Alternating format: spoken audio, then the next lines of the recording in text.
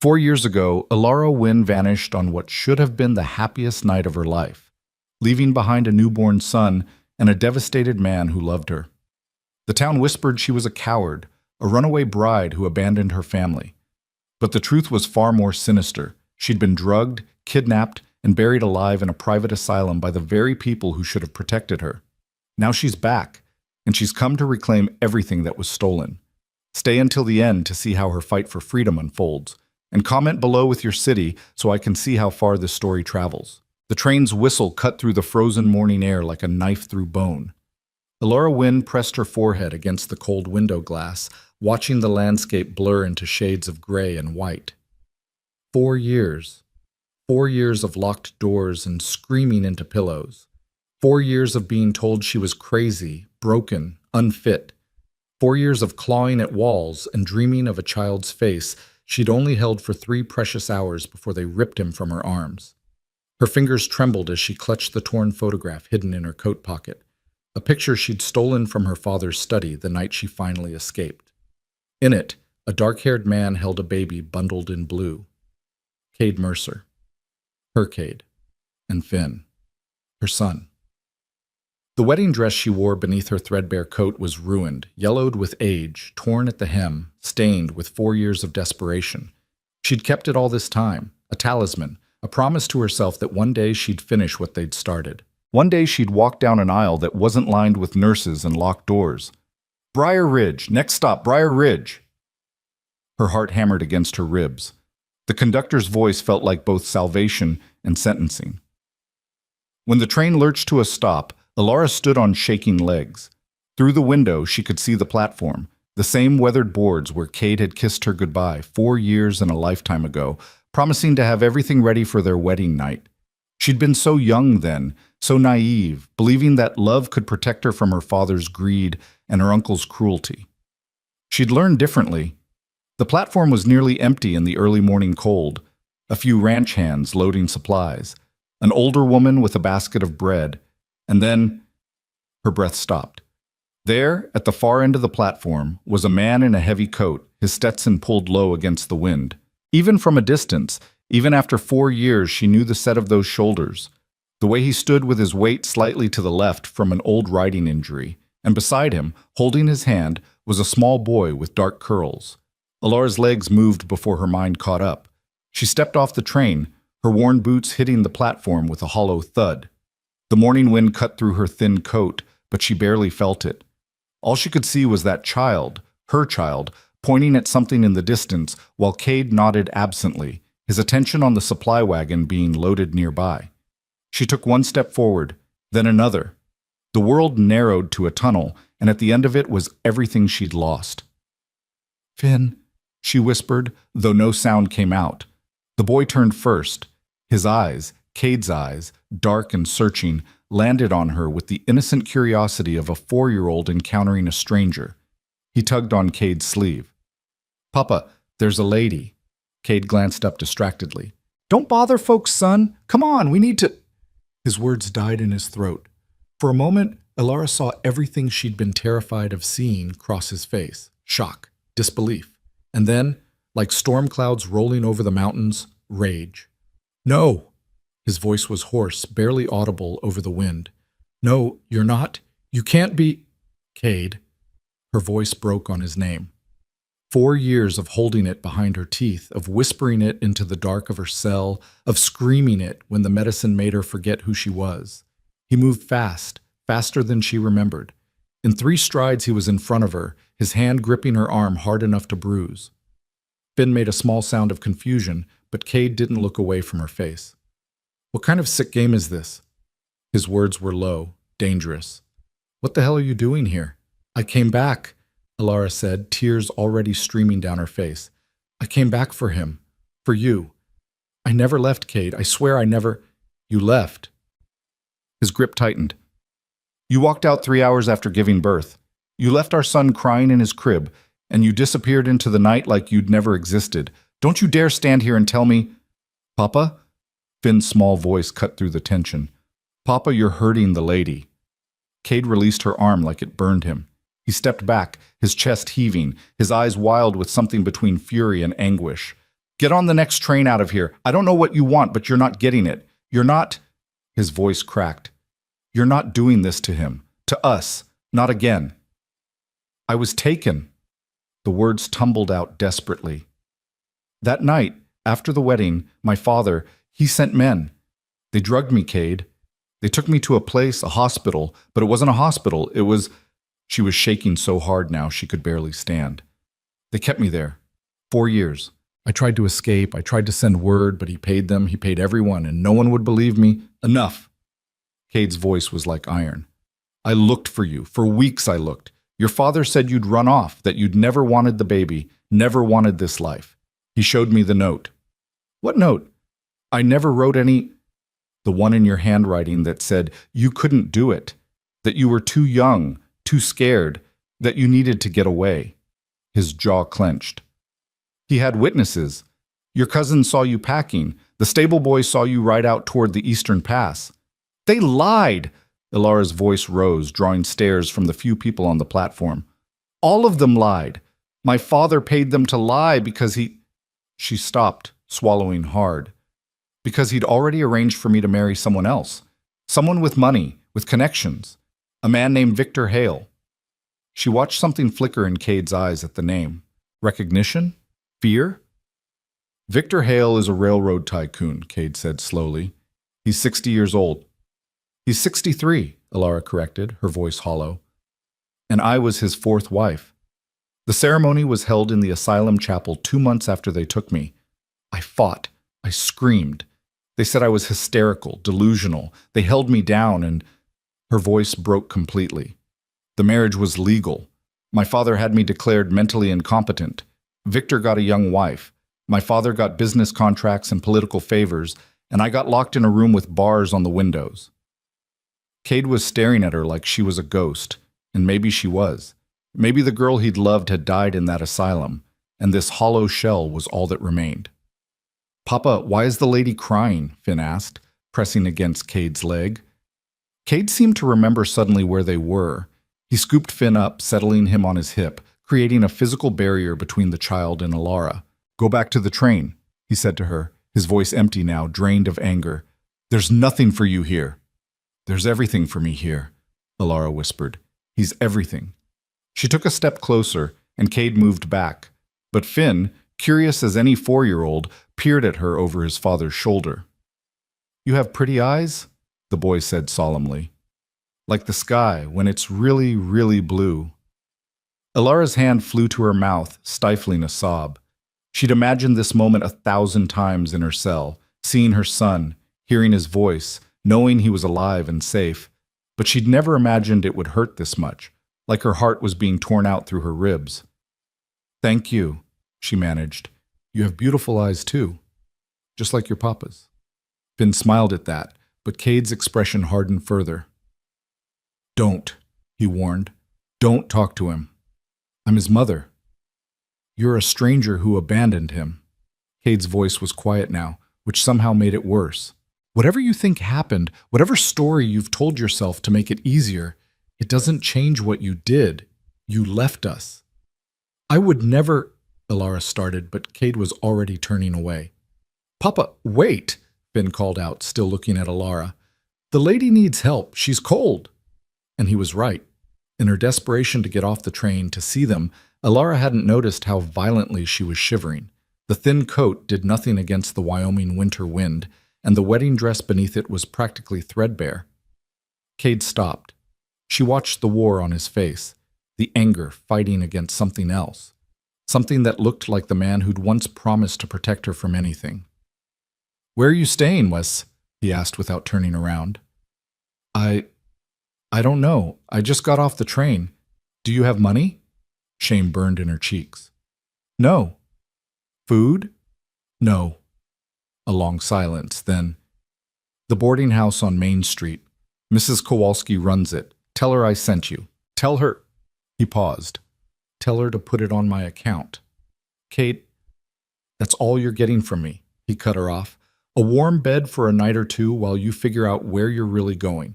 But stay away from my son. Stay away from my ranch. And then leave Briar Ridge the same way you left it before." He walked away before she could respond. Finn waving at her cheerfully over his shoulder until they disappeared around the corner of the station house. Alara stood alone on the platform as the train pulled away, taking with it her last easy escape. The few remaining townspeople were staring now, whispering. She recognized some of them: Mrs. Chen from the general store, Thomas Wright, who worked at the blacksmith's. They'd been at her wedding 4 years ago, or what was supposed to be her wedding. They'd also been at Finn's christening 3 days after she disappeared, she realized. They'd watched Cade raise their son alone. They'd heard whatever story her father had spread about the runaway bride. She was the villain in their story. Pulling her coat tighter, Alara walked into town, following the dirt road that had once been so familiar. Briar Ridge hadn't changed much. Same cluster of buildings along Main Street, the general store, the saloon, the church with its white steeple, the small bank, the doctor's office.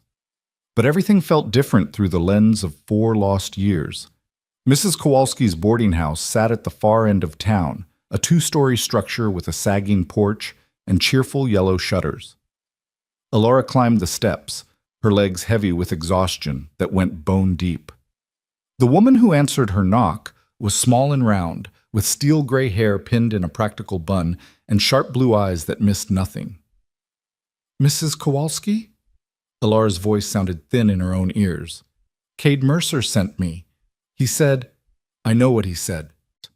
The older woman's gaze traveled from Alara's tangled hair to her worn boots, lingering on the lace visible beneath her coat hem.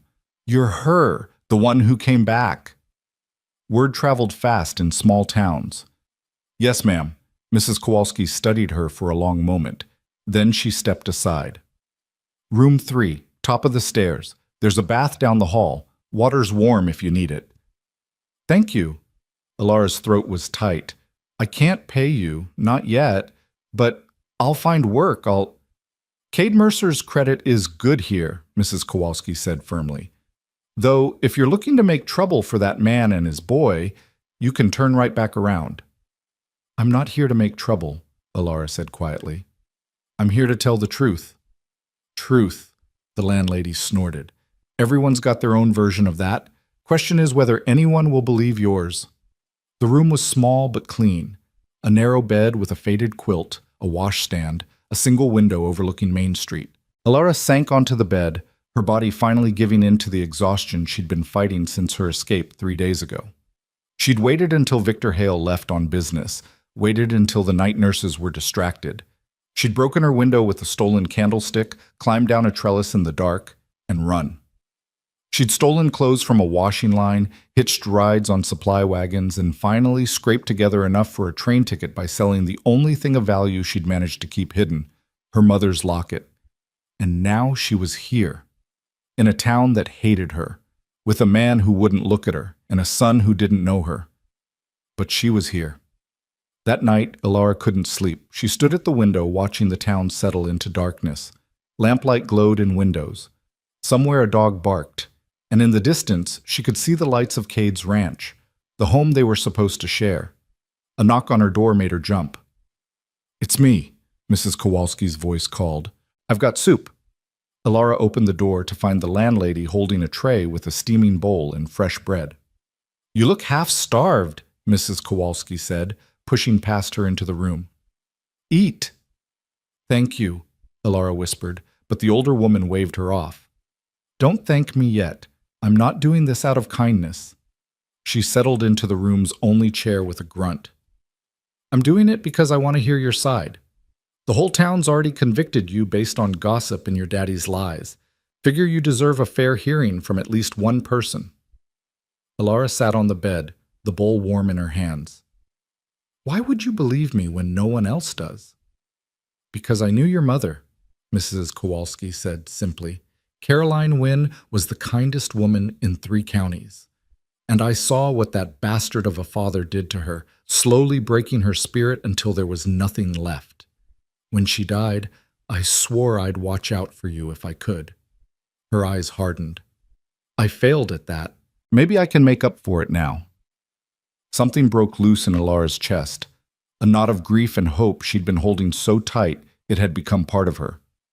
"He told everyone I ran away," she said, her voice cracking. "But I didn't. Mrs. Kowalski, I swear I didn't. Start from the beginning, the older woman said, and don't leave anything out. So Alara told her. Everything. The whirlwind courtship with Cade, defying her father's orders to stay away from a worthless rancher, the secret pregnancy, the hurried wedding plans when her father found out, his cold rage when she refused to terminate the situation, the wedding day itself, beautiful and terrifying, knowing her father was out there somewhere, plotting. He came to my room that night, Alara said, staring at the soup she couldn't bring herself to eat. After the reception, after Cade and I, she swallowed hard. I was feeding Finn for the first time. My father brought two men with him. They grabbed me, and when I screamed, they put a cloth over my face. Something sweet-smelling. I tried to fight, but everything went dark. Mrs. Kowalski's jaw was tight, but she nodded for Alara to continue. When I woke up, I was in a carriage heading east. My father was there. He told me I'd been foolish, that I'd embarrassed him, but he'd fixed it. He'd arranged a better marriage. To Victor Hale. Alara's hand shook around the bowl. I told him I was already married. He said that was being handled, that Cade would get a letter in my handwriting explaining I'd changed my mind, that witnesses would confirm I'd run away. The note, Mrs. Kowalski said quietly. I never wrote it, but my father, he was always good at forgery, and he had my diary, pages of my handwriting to copy. Alara set the bowl aside, unable to eat. The asylum was called Westbrook Haven. It was in Maryland, far from anyone who knew me. They admitted me under my father's authority, said I was suffering from postpartum hysteria, delusions, that I was a danger to myself. And the marriage to Hale? Happened 2 months later in the asylum chapel. I fought, I screamed. The doctor said it proved I was unstable. Her voice dropped to a whisper. They gave me medicine after that. Things that made me forget my own name sometimes, made the days blur together, made me... She stopped, unable to voice the worst of it. The treatments, the isolation cells, the times she'd been so broken she'd almost believed them when they said she was crazy. How did you get out? Mrs. Kowalski asked. Victor wasn't as careful as my father. He liked to show me off sometimes, take me to parties as his delicate wife who needed constant supervision. 3 days ago, he left on business. The night staff was new, distracted. I broke my window and ran. She looked up, meeting the older woman's eyes. I didn't even know if Cade and Finn were still here, but I had to try. Mrs. Kowalski was quiet for a long moment. Then she stood, her expression grim. That's a hell of a story. It's the truth. I believe you, the landlady said firmly. Question is how to make anyone else believe you. Your father's a powerful man, this Hale fellow even more so. And Cade Mercer, she sighed, that man loved you something fierce. When you disappeared, it nearly destroyed him. Took him months just to function enough to care for the baby. He's not going to want to believe you because believing you means accepting he gave up on you, means accepting he let you suffer while he convinced himself you'd abandoned him. Alara felt tears spill over. I don't know what to do. How to prove it. You can't prove something like that with words, Mrs. Kowalski said. You have to prove it with time, with actions. You have to show him who you really are. Make him remember why he loved you in the first place. He won't even let me near Finn. Then you'll have to change his mind. The older woman moved toward the door, then paused. There's a church social tomorrow evening. Cade usually brings the boy. You should come. I don't think... Sometimes the best way to tell your story is to let people see you living it, Mrs. Kowalski interrupted. Let them see you're not running. Let them see you fighting. It won't be easy. This town can be cruel to those it's decided to shun, but your mother never backed down from a challenge, and I'm betting you've got her backbone somewhere under all that hurt.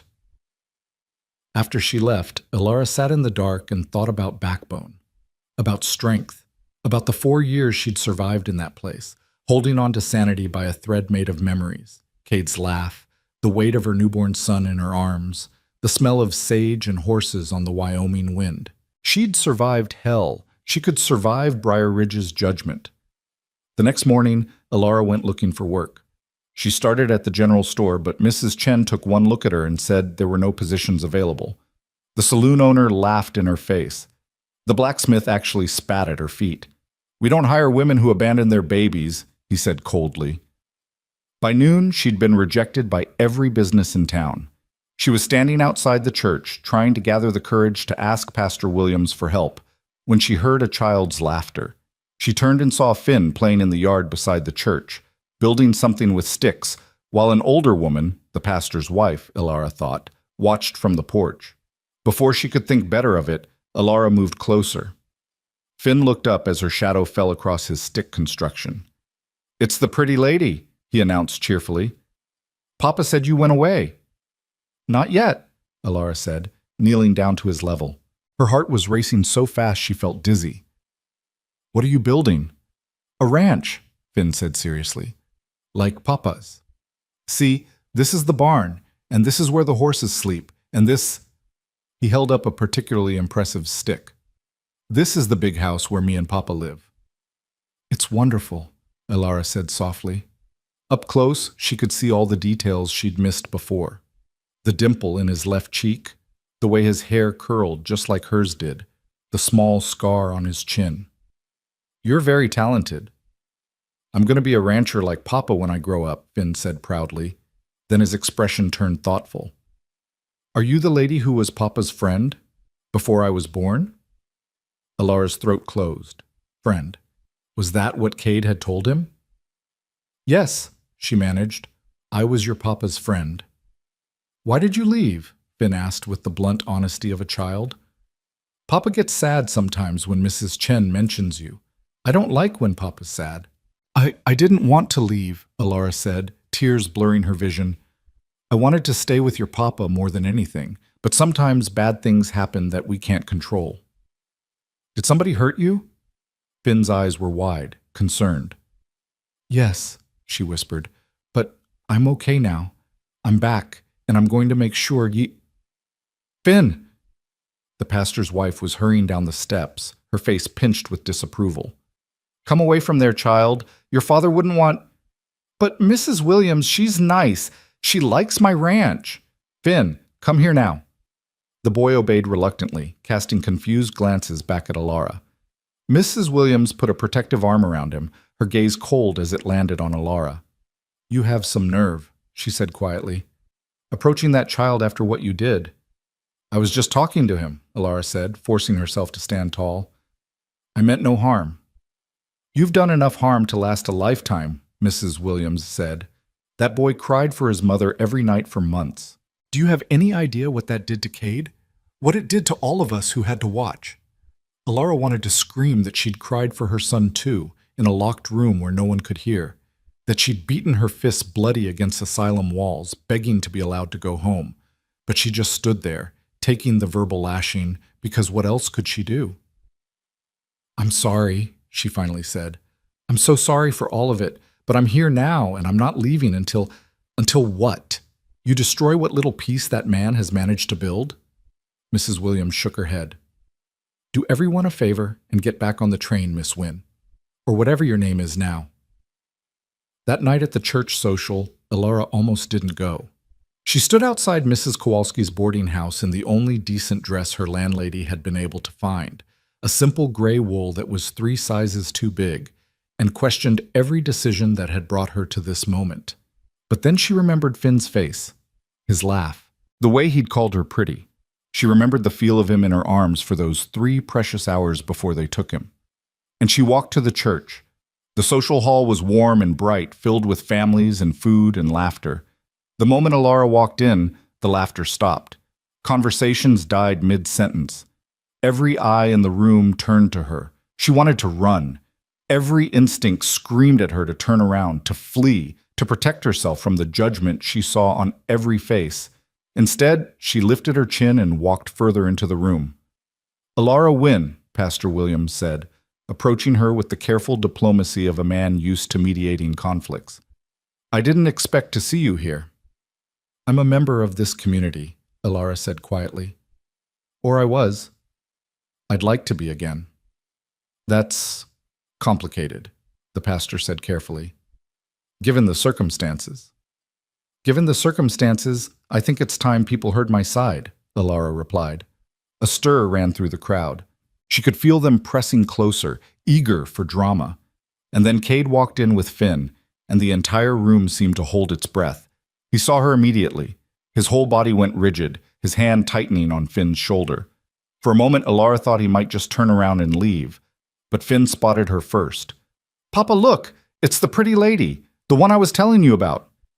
Every eye swiveled between Alara and Cade, waiting to see what would happen next. Cade's voice, when he finally spoke, was low and dangerous. "We need to talk. Outside. Now." The cold night air hit Alara's face like a slap as Cade gripped her elbow and steered her out of the church hall. Behind them, she could hear the immediate explosion of whispers and speculation, but Cade didn't stop until they were around the side of the building, away from prying eyes and eager ears. He released her arm and stepped back, putting distance between them like she was something dangerous. In the moonlight, his face was all hard angles and shadows, but she could see the fury trembling just beneath the surface. "What the hell do you think you're doing?" His voice was low, controlled, which somehow made it worse than if he'd shouted. "Talking to my son? Coming to a church social like you have any right to be here?" "I have every right," Alara said, wrapping her arms around herself against the cold. "This is my home too, or it was supposed to be." "Your home?" Cade laughed, a bitter sound that cut through the night. "You gave up any claim to that when you walked away. And now you show up out of nowhere spinning some insane story about asylums and forced marriages, expecting what? That I'll just believe you? That I'll let you waltz back into our lives like nothing happened?" "It's not a story, Cade. It's the truth." "The truth," he repeated, shaking his head. "You want to talk about truth? The truth is, I waited for you. I sat up every night for weeks thinking you'd come back, that there'd been some mistake. I made excuses for you to everyone who asked. I defended you to your own father when he said you were unstable, that you'd always been flighty and irresponsible." Alara flinched. "My father said that?" "He said a lot of things. He showed me your diary entries about feeling trapped. He showed me the note you left. He brought witnesses who saw you packing, saw you ride out." Cade's voice cracked. "What was I supposed to think?" "That I loved you," Alara said desperately. "That I would never leave our son. Didn't you know me at all? Didn't you—" "I thought I knew you." Cade cut her off. "I thought I knew every part of you. But people lie, Alara. People pretend. Maybe you were a better actress than I gave you credit for." The accusation hit her like a physical blow. "You think I was acting when I said I loved you, when I carried your child, when I married you?" "I don't know what to think anymore." Cade's control finally snapped. "You show up after 4 years wearing a wedding dress like some kind of ghost, and you expect me to just accept that you were locked away all this time? If that's true, where's your proof? Where's any evidence of this asylum, of this forced marriage?" "Victor Hale," Alara said quickly. "Look him up. You said yourself he's a railroad tycoon. The marriage is documented. The asylum was called Westbrook Haven in Maryland. My father paid them. There must be records, receipts, something. Your father is a respected businessman. Victor Hale is one of the most powerful men west of the Mississippi." Cade's voice was hollow now. "Even if any part of your story is true, do you really think you can fight men like that? Do you think I can?" "I'm not asking you to fight them," Alara said. "I'm just asking you to believe me, to give me a chance to prove it." "A chance?" Cade laughed again, that same bitter sound. "You had a chance. You had a life here, with me, with our son. You had everything we dreamed about, and somehow I'm supposed to believe you didn't choose to throw it all away?" "I was drugged and kidnapped from our bed." Alara's voice rose, frustration and pain making her reckless. "I was locked in a room and forced to marry a man 3 times my age. I spent 4 years being told I was crazy, being medicated into compliance, being treated like I was less than human. And you want to stand there and tell me I chose that?" The door to the church hall opened, spilling light and the sound of voices. Pastor Williams appeared, concern etched on his face. "Is everything all right out here? We heard shouting." "Everything's fine," Cade said tightly, not taking his eyes off Alara. "We're just finishing our conversation." "Actually," Alara said, her voice steadier now, "I think we're just beginning it." She pushed past both men and walked back into the church hall. Every eye was on her again, but this time she didn't let herself falter. She walked to the center of the room and stood there, waiting until the whispers died down. "I know what you all think of me," she said into the silence. "I know what you've been told, that I abandoned my child, that I ran away from my responsibilities, that I was selfish and cowardly and cruel." No one spoke. Even Finn, sitting on a bench with Mrs. Williams, was staring at her with wide, curious eyes. "But that's not what happened," Alara continued. 4 years ago, on what should have been the happiest night of my life, I was taken from this town against my will. I was drugged, kidnapped, and locked away in an asylum. My father had me declared mentally incompetent and married me off to a man I'd never met. I've spent 4 years trying to get back here, back to my son, back to the man I loved. Her voice broke, but she pushed through. "I'm not asking you to believe me right away. I'm not asking for your forgiveness or your acceptance. I'm just asking for a chance to prove who I really am." The silence that followed was deafening. Then someone laughed, a sharp, disbelieving sound from the back of the room. "That's quite a tale," Thomas Wright said, stepping forward. "Awful convenient, isn't it? Showing up years later with a story that makes you the victim?" "It's the truth," Alara said firmly. "Truth?" Mrs. Chen spoke up, her voice sharp.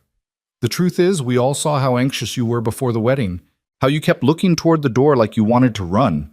Don't think we didn't notice." "I was nervous," Alara admitted. "My father was angry about the marriage. I knew he'd try something, but that doesn't mean—" "It means you had doubts," another voice called out. "Maybe you did run. Maybe you got scared and took off, and now you're back because you need something." "What would I need?" Alara demanded. "I have nothing. I am nothing. I came back because this is where I belong, with my family." "They're not your family anymore," Thomas said coldly. "Cade raised that boy alone. He's been both mother and father to him.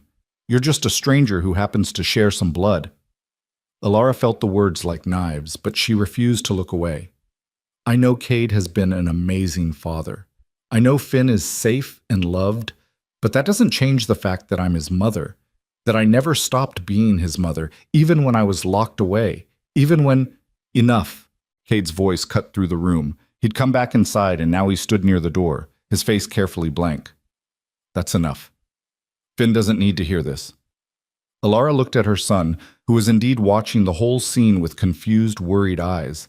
Her heart clenched. "You're right," she said quietly. "I'm sorry." She walked toward the door, expecting Cade to stop her, to say something, anything. But he just watched her go, his expression unreadable. Outside, the cold felt even more bitter than before. Alara made it halfway back to the boarding house before the tears came, hot and angry and helpless. She'd thought if she just told them, if she just explained, someone would believe her. Someone would see the truth. But truth didn't matter when the lies were more convenient. She was so lost in her misery that she didn't hear the footsteps behind her until a hand touched her shoulder. She spun around, heart racing, half expecting one of the angry townspeople. Instead, it was Mrs. Kowalski, wrapped in a heavy shawl, her face stern but not unkind. "That was brave," the older woman said. "Stupid, but brave." "It didn't help," Alara said bitterly. "They still hate me." "They're scared," Mrs. Kowalski corrected.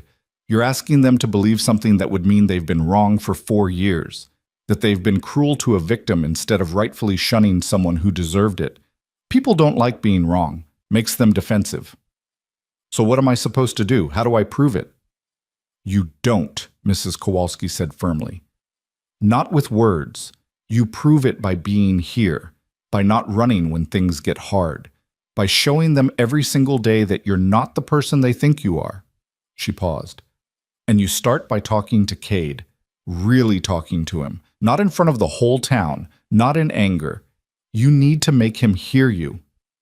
"He won't listen. He's made up his mind." "He's hurt and scared," Mrs. Kowalski said. "There's a difference. That man loved you with everything he had. When you disappeared, it broke something in him. If there's even a chance you're telling the truth, he has to face that he gave up on you, that he believed the lies. That's a heavy burden." Alara wiped her eyes. "So what do I do?" "You fight," Mrs. Kowalski said simply. "Not with fists or anger, but with persistence, with truth, with love.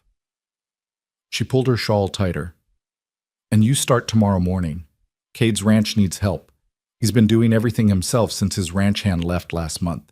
You show up at dawn and offer to work. He'll turn me away. Probably, Mrs. Kowalski agreed. The first day. Maybe the second. But you keep showing up. You prove you're serious. You prove you're not running. She turned to head back to the boarding house. Your mother would have done the same. She never backed down from a challenge, no matter how hard it got. That night, Alara lay awake planning what she'd say, how she'd convince Cade to let her help. But when dawn came and she stood at the gate to his ranch, all her practiced words fled.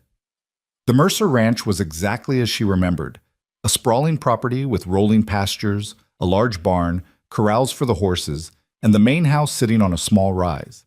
She'd been here so many times before, back when Cade was courting her, back when they dreamed about their future together. The front door opened and Cade stepped out, already dressed for the day's work. He froze when he saw her standing there. What are you doing here? His voice was flat, exhausted. I came to help, Alara said. Mrs. Kowalski said you need ranch hands. I can work. You? Cade's eyebrow rose. You grew up in a mansion with servants. You've never worked a day in your life. That's not true. I helped in the kitchen. This isn't arranging flowers or organizing tea parties, Cade interrupted. This is hard physical labor, mucking stalls, hauling hay, mending fences. You wouldn't last an hour. Try me, Alara said, lifting her chin. Give me 1 week. Let me prove I can do this. Let me prove I'm not the person you think I am. Cade stared at her for a long moment. She could see the war on his face, the part of him that wanted to slam the door against the part that remembered who she used to be. 1 week, he finally said. You work dawn to dusk. You do exactly what I tell you. You stay away from Finn unless I say otherwise. And at the end of the week, you leave. No arguments, no excuses. You get on a train and you don't come back. It was a terrible deal. A week to change 4 years of hurt and anger. But it was more than she'd had yesterday. Deal, Alara said. You start now, Cade said. The horses need feeding, the stalls need mucking, and there's a fence in the east pasture that needs mending. I'll show you where everything is once. After that, you're on your own. The next hour was a blur of instructions and locations. Cade showed her the feed room, the tools, the pastures, speaking in short, clipped sentences like he couldn't bear to spend more time with her than necessary. Then he left her in the barn with a pitchfork and walked away. Alara looked at the row of stalls, at the mountains of soiled hay that needed removing, and felt despair wash over her. She'd never done anything like this. In her father's house, she'd had servants. At the asylum, she'd been kept in her room except for supervised exercises and meals. But she'd survived 4 years in hell. She could survive this. She drove the pitchfork into the first pile of dirty hay and began to work. By noon, her hands were blistered and bleeding. Her back screamed with every movement. Her dress, the only one she owned besides the ruined wedding gown, was filthy beyond recognition. But she'd cleaned 4 stalls. She was starting on the 5th when she heard small footsteps behind her. You're still here. Alara turned to find Finn standing in the barn doorway, holding a sandwich wrapped in cloth. I'm still here, she confirmed, trying to smile through her exhaustion. Papa said you'd probably give up, Finn said, walking closer. He said ladies like you don't do this kind of work. Ladies like me? Alara repeated carefully. Pretty ladies, Finn said matter-of-factly. Ladies who wear nice dresses and smell good. You smell like horses now. Despite everything, Alara laughed. I suppose I do. Finn held out the sandwich. Mrs. Kowalski sent this. She said you'd need food if you were going to keep working. Alara's eyes stung with sudden tears. That was kind of her. Are you crying? Finn asked, concerned. Did you hurt yourself? No, sweetie, I'm fine. These are happy tears. There are happy tears? Finn looked fascinated. Papa has sad tears sometimes. At night when he thinks I'm sleeping, but I've never seen happy ones. Alara's heart broke a little more. Your papa cries? Sometimes, Finn said quietly. He looks at pictures and gets really quiet and sad. Pictures of a pretty lady. Is that you? Yes, Alara whispered. That's me. Why did you make him sad? The question was innocent, curious, without accusation. I didn't mean to, Alara said. Sometimes bad things happen that we can't control. But I'm here now, and I'm going to try very hard to make things better. Finn! Cade's voice came from outside, sharp with concern. Where are you? In the barn, Papa, Finn called back. Cade appeared in the doorway, his expression darkening when he saw Finn talking to Alara. I told you to stay away from him, he said coldly. He came to me, Alara said. I don't care, Finn. Come here. Now. The boy obeyed, but he looked back at Alara with a confused, sad expression that made her want to scream at the unfairness of it all. Back to work, Cade told her. You've got 3 more stalls before you can move to the fences. He walked away with Finn, leaving Alara alone again. She ate the sandwich Mrs. Kowalski had sent, every bite tasting like sawdust, and went back to work. The week that followed was the hardest of Alara's life, and that was saying something considering where she'd been. Every morning she showed up at dawn, and every morning Cade gave her a list of tasks that seemed designed to break her. Mucking stalls, hauling 50-pound feed bags, mending miles of fence in the bitter cold, hauling water, chopping wood. Her hands bled and calloused, her back and shoulders screamed. She fell into bed each night so exhausted she couldn't even cry. But she showed up every morning. On the 3rd day, one of the horses, a temperamental mare named Starlight, kicked her in the thigh, leaving a bruise the size of a dinner plate. Alara bit back a scream and kept working. On the 4th day, she fell from a fence she was mending and landed hard enough to knock the wind from her lungs. She got up and kept going. On the 5th day, a blizzard rolled in, and Cade told her if she was serious about working, she'd work through it. So she did. She worked through wind that cut like knives and snow that blinded. She worked until her fingers were so numb she couldn't feel them. And when she finally stumbled into the barn for shelter, she found Cade there, watching her with an expression she couldn't read. You're insane, he said, coming out in this weather. You told me to work, Alara said through chattering teeth. I didn't think you'd actually do it. He grabbed a blanket from a pile in the corner and threw it at her. You could have died out there. I've survived worse, Alara said, wrapping the blanket around her shaking shoulders. Something flickered across Cade's face. Have you? It was the first time he'd asked anything that suggested he might believe her. Alara met his eyes, seeing the question there, the terrible hope warring with the fear. Yes, she said quietly. I've survived much worse. Before Cade could respond, the barn door flew open and Finn burst in, his eyes wide with fear. Papa! Papa! Something's wrong with Daisy! Cade was moving before Finn finished speaking, Alara forgotten.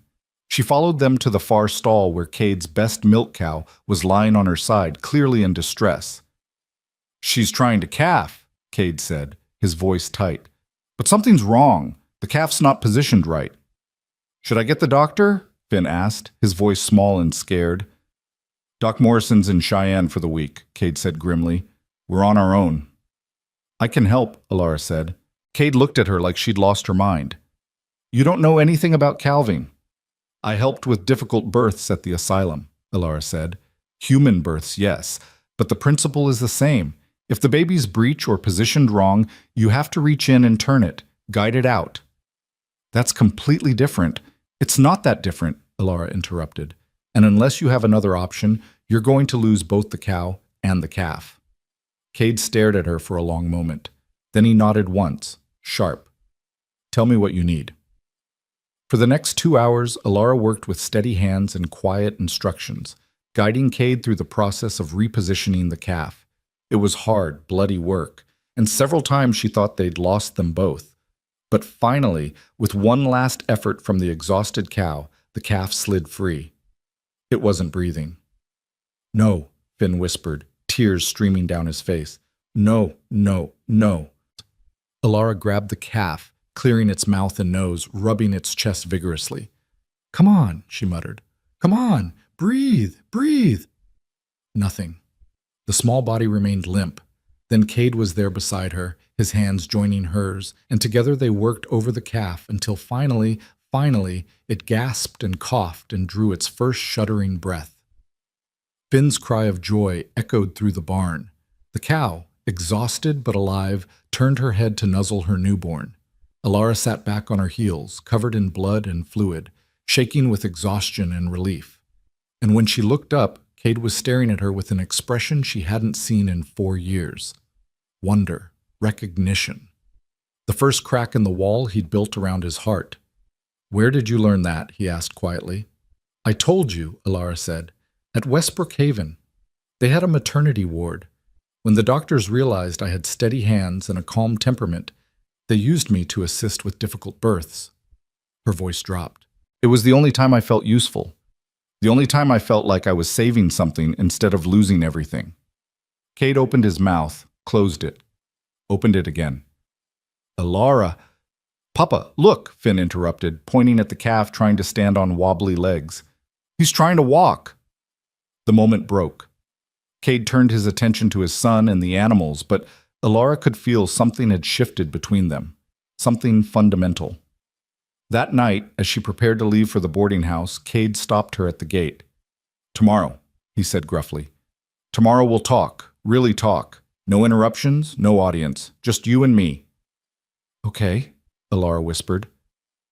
"I'm not promising anything," Cade added quickly. "I'm not saying I believe you, but after what you did today—" He trailed off. "The woman I loved would have done exactly what you did, thrown herself into helping without thinking about the cost. So maybe I owe it to her memory to at least hear you out." "Her memory?" Alara repeated. "Cade, I'm right here. I'm not a memory. I'm real, and I'm fighting to come back to you." "I know," Cade said, and his voice was raw with emotion. "That's what scares me most." He walked away, leaving Alara standing in the cold dark, hope blooming in her chest for the first time since she'd arrived. The next morning was Sunday, which meant no ranch work. Alara waited at the boarding house, nervous energy making it impossible to sit still. When the knock came at mid-morning, she jumped. But it wasn't Cade at the door. It was Mrs. Williams, the pastor's wife, her expression grim. "You need to come with me," she said without preamble. "Now." "What's wrong? Is it Finn? Is Cade—" "They're fine," Mrs. Williams said. "But there are men at the church asking questions about you. Men from back east. They say they're looking for someone." Alara's blood ran cold. "What kind of men?" "The kind that make me nervous," Mrs. Williams said. "I don't know what you've done or what your story really is, but Pastor Williams thought you should know they're here. Thought you might want to make yourself scarce for a while." "I can't run," Alara said, even as fear clawed at her throat. "I can't keep running." "Then at least be smart about how you face whatever's coming," Mrs. Williams said. "Come to the church. Face them there, with witnesses. Don't let them catch you alone." Alara grabbed her coat and followed Mrs. Williams into the street. Her mind was racing. Had Victor sent men to find her? Her father? Both? The church was packed when they arrived, word having spread quickly through the small town. And standing near the altar, looking completely out of place in their fine Eastern clothes, were 2 men who made Alara's stomach drop. She recognized one of them, Dr. Harrison, the head physician at Westbrook Haven, the man who'd supervised her treatments, who told her over and over that she was sick, broken, that she'd never leave. The other was younger, harder, with cold eyes that swept the room and landed on her with predatory satisfaction. "There she is," Dr. Harrison said, his voice carrying that same condescending tone she remembered from the asylum. "Mrs. Hale, we've been so worried about you." "My name is Alara Wynne," she said, her voice steady despite the fear coursing through her. "I'm not Mrs. Hale. That marriage was forced and invalid." "I'm afraid that's the delusion talking," Dr. Harrison said smoothly. "Alara suffers from a severe mental condition that makes her believe—" "I'm not delusional," Alara interrupted. "I was imprisoned in your facility against my will. My father paid you to keep me locked up and medicated." "Imprisoned?" Dr. Harrison looked around at the gathered crowd with an expression of concerned sympathy. "You see? This is exactly the kind of paranoid thinking that necessitates treatment. Elara was admitted to Westbrook Haven by her father after she experienced a severe postpartum breakdown. She became violent, delusional. We've been treating her for 4 years, and she's shown remarkable improvement until she escaped, putting herself and others at risk. That's a lie, Elara said, but she could see doubt flickering on some faces in the crowd. Dr. Harrison was practiced, credible, calm. She was dirty, desperate, alone. Mrs. Hale, the younger man spoke for the first time, pulling papers from his coat. I'm Agent Blackwood, employed by your husband, Mr. Victor Hale. These are legal documents giving him custody of your person due to your mental incapacity. We're here to escort you back to treatment. No, Elara said, backing away. No, you can't do this. I'm not going back there. I'm afraid you don't have a choice, Dr. Harrison said, nodding to Blackwood. Your husband has legal authority. She's not going anywhere. Everyone turned. Cade stood in the church doorway, Finn beside him, his expression like thunder. Mr. Mercer, Dr. Harrison said carefully, I understand you have a personal history with Mrs. Hale, but this is a legal matter. She requires psychiatric treatment, and her husband is a 63-year-old man who married a girl 40 years his junior in an asylum chapel, Cade interrupted, walking forward. Yeah, I looked him up. I sent telegrams. Did some digging after what Elara told me. He pulled papers from his own pocket. Victor Hale has been married 4 times. 3 of his previous wives died under mysterious circumstances. He's being investigated for fraud, for coercion, possibly for murder. Alara's heart was pounding so hard she thought it might burst. Cade had been investigating? He'd been looking into her story? Those are unsubstantiated allegations, Blackwood said coldly. Maybe, Cade agreed. But here's what's not unsubstantiated. Elara Wynne was legally married to me 4 years ago. We have a son together. That marriage was never annulled or dissolved, which means any subsequent marriage is invalid. She was declared mentally incompetent, Dr. Harrison insisted. Her father had legal authority. Her father is Randolph Wynne, who's currently being investigated for embezzlement and fraud by the territorial government, Cade said. I found that out too. Seems he's been using his daughter's marriages to cover up his failing business ventures. The room erupted in whispers. Elara stood frozen, unable to process what was happening. Cade had done this? For her? Even if any of that's true, Blackwood said, his hand moving toward his coat in a way that made Alara's skin crawl. We still have legal documents stating, those documents aren't worth the paper they're printed on, a new voice rang out. A woman entered the church, tall and imposing in a traveling suit, carrying a leather satchel. She had steel-gray hair and eyes that missed nothing. Judge Maren Lockhart, she introduced herself. I've been reviewing this case at Mr. Mercer's request. She pulled documents from her satchel. I have evidence of forgery, coercion, and false imprisonment. I have testimony from 3 nurses at Westbrook Haven who were willing to testify that patients were being held against their will and medicated unnecessarily to keep them compliant. I have financial records showing significant payments from Randolph Wynne to both Dr. Harrison and Victor Hale. Her gaze swept over the 2 men like a physical force. What I don't have is any legal justification for removing Mrs. Mercer, and yes, she is legally Mrs. Mercer, from this town. This is outrageous, Dr. Harrison sputtered. You can't possibly. I can, and I am, Judge Lockhart said firmly. Gentlemen, you have 2 choices. You can leave Briar Ridge immediately and consider yourselves fortunate. I'm not having you arrested. Or you can stay and answer some very uncomfortable questions from the territorial marshal who should be arriving on this afternoon's train. The 2 men exchanged glances. Blackwood's hand moved away from his coat. Dr. Harrison's face had gone pale. This isn't over, he said quietly. Actually, Judge Lockhart replied, it is. Now get out of my sight before I change my mind about being lenient. They left, though not without dark looks that promised this battle might be won, but the war wasn't finished. The moment they were gone, Alara's legs gave out. She would have hit the floor if Cade hadn't caught her, his arms strong and sure around her waist. I've got you, he said softly. I've got you. Elara looked up at him, tears streaming down her face. You believed me. You investigated. I started to believe you after the calf, Cade admitted. After I saw you work yourself to exhaustion for a week without complaining. After I saw you save that cow and her baby like it was the most important thing in the world. His voice cracked. The woman I loved would have done exactly that. And if there was even a chance you were telling the truth, I had to know. Thank you, Ilara whispered. Thank you for fighting for me when I couldn't fight for myself. Papa?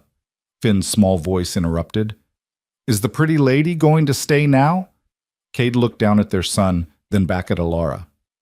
I think, he said slowly, we need to have that talk I promised. A real one. No more walls, no more anger, just truth. Yes, Ilara said. Please. Judge Lockhart cleared her throat. I'll leave these documents with Pastor Williams for safekeeping. Mrs. Mercer, you're legally free of both your father's authority and the invalid marriage to Victor Hale. However, I recommend staying vigilant. Men like that don't give up easily. After she left, the church slowly emptied, people casting new looks at Ilara. No longer contemptuous, but curious, uncertain. She'd been vindicated, but trust would take time to rebuild. Mrs. Kowalski approached, her expression softer than Ilara had ever seen it. Your mother would be proud, she said simply. You've got her backbone after all. That afternoon, after Finn had been left with Mrs. Williams for a few hours, Cade and Ilara sat in his kitchen, their kitchen from a lifetime ago, and finally talked. Ilara told him everything, not just the broad strokes, but the details. The terror of waking in that carriage, the cold efficiency of her father's betrayal, the wedding to Victor that had felt like a funeral, the years in Westbrook Haven, the treatments, the medication, the days she'd been so broken she'd almost given up, and the memory of holding Finn for 3 hours that had kept her alive through all of it. Cade listened, his face growing harder with every revelation. When she finished, he was quiet for a long time. I failed you, he finally said. I should have looked harder, questioned more. I should have known. There was no way you could have known, Ilara interrupted. My father was thorough. He thought of everything. I still should have trusted you more than I trusted the evidence, Cade said. I knew you, I knew your heart, and I let grief and anger convince me you were someone you weren't. We were both victims, Ilara said softly. Both of us lost 4 years we can never get back. But we're here now. That has to count for something. Cade reached across the table, taking her scarred, work-roughened hands in his. I don't know how to do this, he admitted. How to go back to what we were. We can't go back, Ilara said. We're not those people anymore. But maybe we can move forward. Build something new. With Finn, Cade said. He has to come first. Always, Ilara agreed. He doesn't remember you, Cade warned. As far as he knows, I'm all he has. This is going to confuse him, maybe hurt him. I know, Ilara said. I'm not asking to replace what you've built with him. I'm just asking for a chance to be part of it, however long that takes. Cade studied her face, and she could see him trying to reconcile the girl he'd loved with the woman sitting before him, harder, scarred, but still fighting. One more condition, he said finally. You stay at the ranch, not the boarding house. We do this right. Take it slow, but we do it together, as a family. Ilara's breath caught. You mean it? I mean it, Cade said. But Ilara, I need you to understand I'm not the man I was either. That grief, that anger, it changed me, made me harder, more closed off. I don't know if I can love the way I used to. I don't need you to love me the way you used to, Ilara said. I just need you to give us a chance to figure out who we are now. For the first time since she'd stepped off that train, Cade smiled. A real smile, small and tentative, but genuine. Okay, he said. Let's try. Moving into the ranch house felt like stepping into a dream and a nightmare at once. Ilara stood in the doorway of what had once been meant as their bedroom, seeing how Cade had transformed it into something purely his own. The wallpaper she'd chosen was still there, faded now, but the furniture was different, arranged differently. There were no traces of her anywhere, as if she'd been systematically erased. I put you in the guest room, Cade said from behind her, his voice carefully neutral. Down the hall from Finn's room. I thought it seemed better. For now. Of course, Alara said, swallowing her disappointment. What had she expected? That he'd welcome her back into his bed after one conversation? They were strangers learning each other again, and strangers didn't share rooms. The guest room was small but clean, with a window overlooking the eastern pasture. Someone had left wildflowers in a jar on the dresser, and Alara suspected Mrs. Kowalski's hand in that kindness. Finn usually wakes around 6, Cade said, standing awkwardly in the hallway. He's an early riser. Breakfast is at 6:30. I have ranch work most days, but I try to spend evenings with him before bed. What should I do? Alara asked. During the days, I mean. How do we do this? Cade ran a hand through his hair, a gesture she remembered from years ago when he was uncertain. I don't know, he admitted. I've never done this before. Maybe just be around? Let him get used to you? Don't push, but don't hide either. It wasn't much of a plan, but it was something. That first night, Alara lay awake in the unfamiliar bed, listening to the sounds of the house. Cade's footsteps as he checked on Finn one last time. The creak of floorboards. The distant call of an owl. She was home, but she wasn't home. Not yet. Morning came too early and too bright. Alara dressed in the work clothes Mrs. Kowalski had donated and made her way to the kitchen, where she found Cade already cooking breakfast while Finn sat at the table, coloring a picture. Good morning, she said softly. Finn looked up, his expression curious but cautious. Morning, lady. You can call me Alara, she said, sitting across from him. What are you drawing? A horse, Finn said, pushing the paper toward her. Papa's teaching me to ride. I'm going to be the best rider in Wyoming when I grow up. I bet you will be, Alara said, studying the drawing. It was actually quite good for a 4-year-old, with careful attention to detail. You're very talented. Papa says I get it from my mama, Finn said matter-of-factly. She used to draw too, before she went away. Alara's throat closed. She looked at Cade, who was standing at the stove with his back to them, his shoulders tense. Your mama loved to draw, Alara said carefully. She loved a lot of things. Horses and wildflowers and the way the sky looks right before a storm. How do you know? Finn asked. Because... Alara hesitated, unsure how much to say. She looked at Cade again, and this time he turned, giving her a small nod. Permission. Because I knew her very well. We were very close. Were you best friends? Finn's eyes lit up with the possibility. Something like that, Alara said, her heart breaking and mending at the same time. Breakfast was awkward, filled with long silences and careful conversation. Finn chattered about his latest adventures, about the new calf, about how he'd learned to whistle last week. Cade added occasional comments, and Alara tried to find her place in this dynamic that had existed without her for 4 years. After breakfast, Cade headed out to work on the south fence line, and Alara found herself alone with Finn for the first time without Cade's immediate presence. Want to help me feed the chickens? Finn asked, already heading for the door. I'd love to, Alara said, following him outside. The morning was crisp and cold, the kind of Wyoming autumn morning that promised winter wasn't far behind. Finn chattered as they walked to the chicken coop, pointing out his favorite hens, explaining which ones laid the best eggs and which ones were mean and pecky. That one's called Henrietta, Finn said, pointing to a large brown hen. Papa let me name her, and that's Buttercup, and that's Daisy, not the cow Daisy, a different Daisy. And that one's Monster because she's really big, and sometimes she chases me. Alara laughed, the sound surprising her. When was the last time she'd laughed? Really laughed? Those are excellent names, she said. They scattered feed together, and Finn showed her how to collect eggs without startling the hens too much. His small hands were surprisingly gentle, careful with each egg like it was precious. Papa says we have to be kind to the animals, Finn explained, because they depend on us. We're their family. Your papa is very wise, Alara said softly. Are you going to stay? Finn asked suddenly, looking up at her with those dark eyes that were so achingly familiar. Or are you going to go away like everyone says? Everyone says that? Alara's heart sank. Mrs. Chen told Mrs. Williams that you'd probably leave again, that you're not the staying kind. Finn's voice was matter-of-fact, but there was something uncertain in his expression. Papa gets sad when people leave. Alara knelt down so she was eye level with him. Finn, I need you to understand something very important. I'm not leaving. Not unless your papa tells me I have to go. And even then, I'd fight to stay, because this is where I belong, with you and your papa.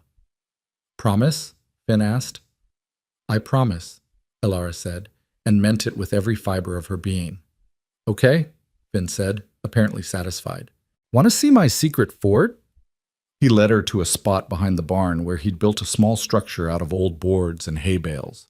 It was precarious and probably not very safe, but it was clearly his pride and joy. This is where I come when I'm sad, Finn said, climbing inside. Or when I want to think about stuff. Papa doesn't know about it. It's just mine. Thank you for showing me, Alara said, understanding the trust implicit in the gesture. Your secret is safe with me. They spent the morning together, Finn showing her around the ranch, telling her stories about each animal and building. He talked about his papa constantly, clearly adoring the man who'd raised him alone. And Alara listened, grateful for every detail, every glimpse into the life she'd missed. Around noon, Cade returned for lunch, and Alara noticed the way his eyes immediately sought out Finn, checking that he was okay. When he saw them together, laughing over something silly, a complicated expression crossed his face. You two getting along, he asked. Alara knows all the chickens' names now, Finn announced proudly, and I showed her my fort. Don't be mad, Papa. She's nice. I'm not mad, son, Cade said, his voice softer than Alara had heard it since she'd returned. I'm glad you're making friends. That afternoon, while Finn napped, Alara helped Cade with ranch work. They didn't talk much, but there was something comfortable in the shared labor. She was getting better at the physical tasks, her body adapting to the demands she was placing on it. You're good with him, Cade said suddenly, as they were mending a section of fence together. With Finn, he doesn't usually warm up to people that fast. He's an amazing child, Alara said. You've done an incredible job raising him, Cade. He's kind and gentle and so smart. He asks about you, Cade said quietly. About his mother. I've always told him you loved him very much, that you wanted to stay but couldn't. I never wanted him to think he wasn't wanted. Alara's eyes stung with tears. Thank you for that, for protecting him from the worst of it. I did it for him, not for you, Cade said, but there was no heat in the words, just honesty. I know, Alara said.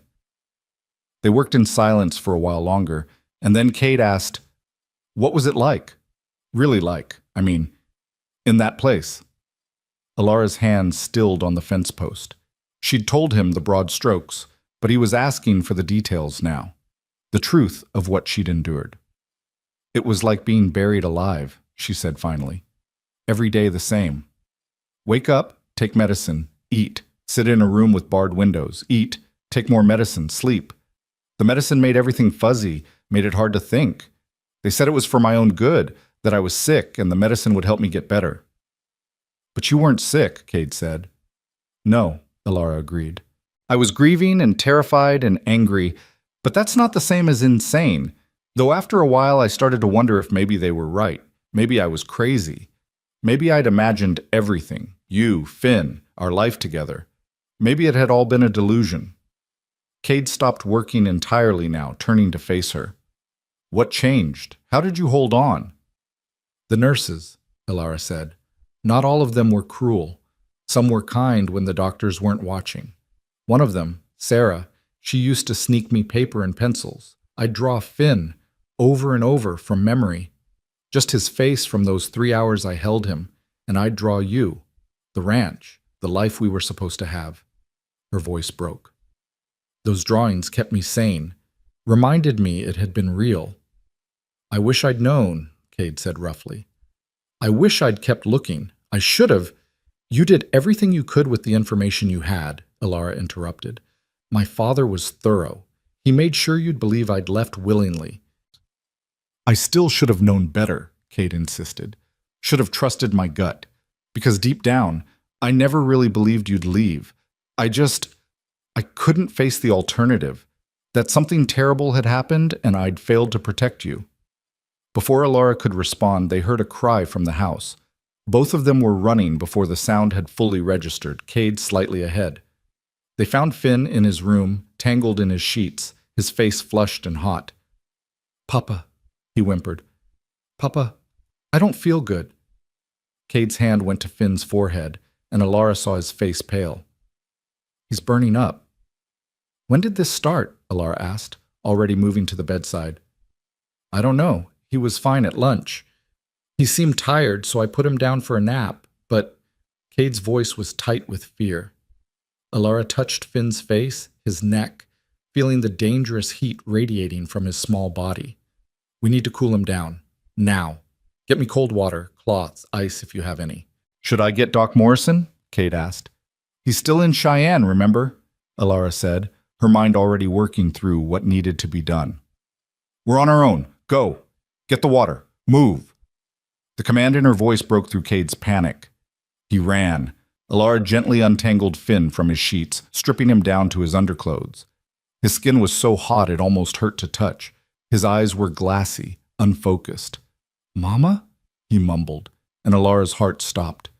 "I'm here, baby," she whispered, the words slipping out before she could stop it. "I'm right here." Cade returned with a basin of cold water and an armful of cloths. His hands were shaking as he handed them to Alara. "What do we do?" he asked. "What if—" "We don't think about what if," Alara said firmly, soaking the cloths and beginning to lay them across Finn's burning skin. "We focus on bringing this fever down. How long has it been since you've seen fever in town?" "There was some sickness a few weeks ago," Cade said, his voice hollow. "A few of the children came down with something. Most recovered, but—" He didn't finish the sentence. Didn't have to. Alara could read the fear in his eyes. Sarah Miller's baby had died. "This isn't that," Alara said with more confidence than she felt. "We caught it early. We're going to fight this." For the next several hours, they worked together in grim silence. Alara changed the cooling cloths every few minutes, bathing Finn's fevered skin with practiced efficiency that came from her time assisting in the asylum's medical ward. Cade brought fresh water, more ice, anything Alara needed. As afternoon bled into evening, Finn's condition didn't improve. If anything, he seemed to be getting worse. His breathing became labored, his small body shaking with chills despite the fever that raged through him. "Mama!" he called out again in his delirium. "Mama, don't go! Please don't go!" Alara's tears fell freely now, mixing with the water as she bathed his face. "I'm not going anywhere, sweetheart. I promise. I'm right here." "He's asking for you," Cade said quietly. "In his fever, he's asking for you." "Children know," Alara whispered. "Somewhere deep down, they know.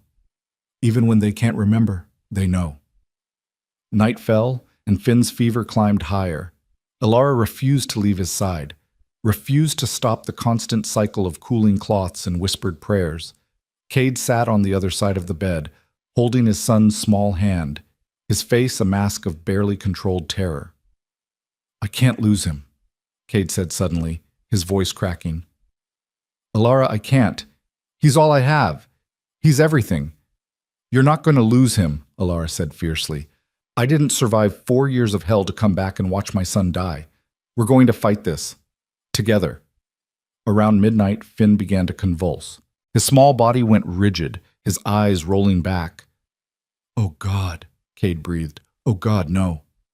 "Hold him," Alara commanded. "Hold him steady, but don't restrain him. Let the seizure pass." "How do you know—" "I've seen this before," Alara said, her hands gentle but firm on Finn's shaking body. "At Westbrook, with high fevers. It's terrifying, but it will pass. Just hold him. Talk to him. Let him hear your voice." Cade gathered Finn close, his voice breaking as he murmured, "It's okay, son. Papa's here. You're going to be okay. You have to be okay. Please, Finn. Please fight." The seizure lasted less than a minute, but felt like an eternity. When it finally passed, Finn went limp in his father's arms, his breathing shallow and rapid. "What now?" Cade asked. And he looked so lost, so broken, that Alara wanted to gather him in her arms too. "Now we keep fighting," she said. "We don't give up. We don't stop." She continued the cooling treatments, adding medicine when she could get Finn to swallow, monitoring his breathing, his pulse, every sign of change. Cade stayed beside her, following her instructions without question, trusting her in a way he hadn't since she'd returned. Somewhere around 3 in the morning, with both of them exhausted and Finn still burning with fever, Cade spoke. "I'm sorry," he said quietly, "for not believing you sooner, for letting you suffer alone, for—" "Stop," Alara interrupted gently. "We can talk about all of that later. Right now we need to focus on him." "I blamed you," Cade continued as if she hadn't spoken. "For 4 years I blamed you. I was so angry at you for leaving, for abandoning us. And all that time you were—" His voice broke completely. "You were locked away, suffering, and I did nothing." "You didn't know," Alara said. "Cade, you have to forgive yourself. I've already forgiven you." "How can you?" he asked. "How can you forgive me when I gave up on you?" "Because love doesn't keep score," Alara said simply. "And because we don't have time for guilt right now. We need all our energy for him."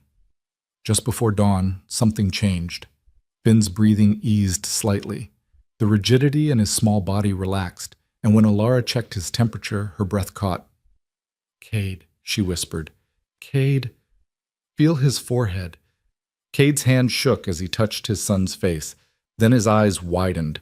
It's cooler. The fever's breaking."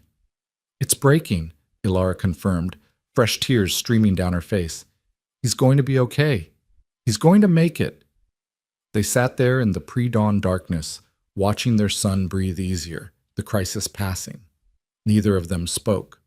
There were no words adequate for the relief, the gratitude, the sheer overwhelming emotion of watching a child return from the edge. When the first light of dawn crept through the window, Finn's eyes fluttered open. They were clear now, focused, recognizing. "Papa?" His voice was weak but aware. "I'm here, son," Cade said, his voice thick with emotion. "I'm right here." Finn's eyes moved to Alara. "You stayed," he said simply. "I stayed," Alara confirmed. "I told you I wouldn't leave." "I had bad dreams," Finn said. "I dreamed Mama came back, but then she went away again." Alara looked at Cade, uncertain. They hadn't told Finn who she really was yet, hadn't figured out how to explain something so complicated to a 4-year-old. But Cade surprised her.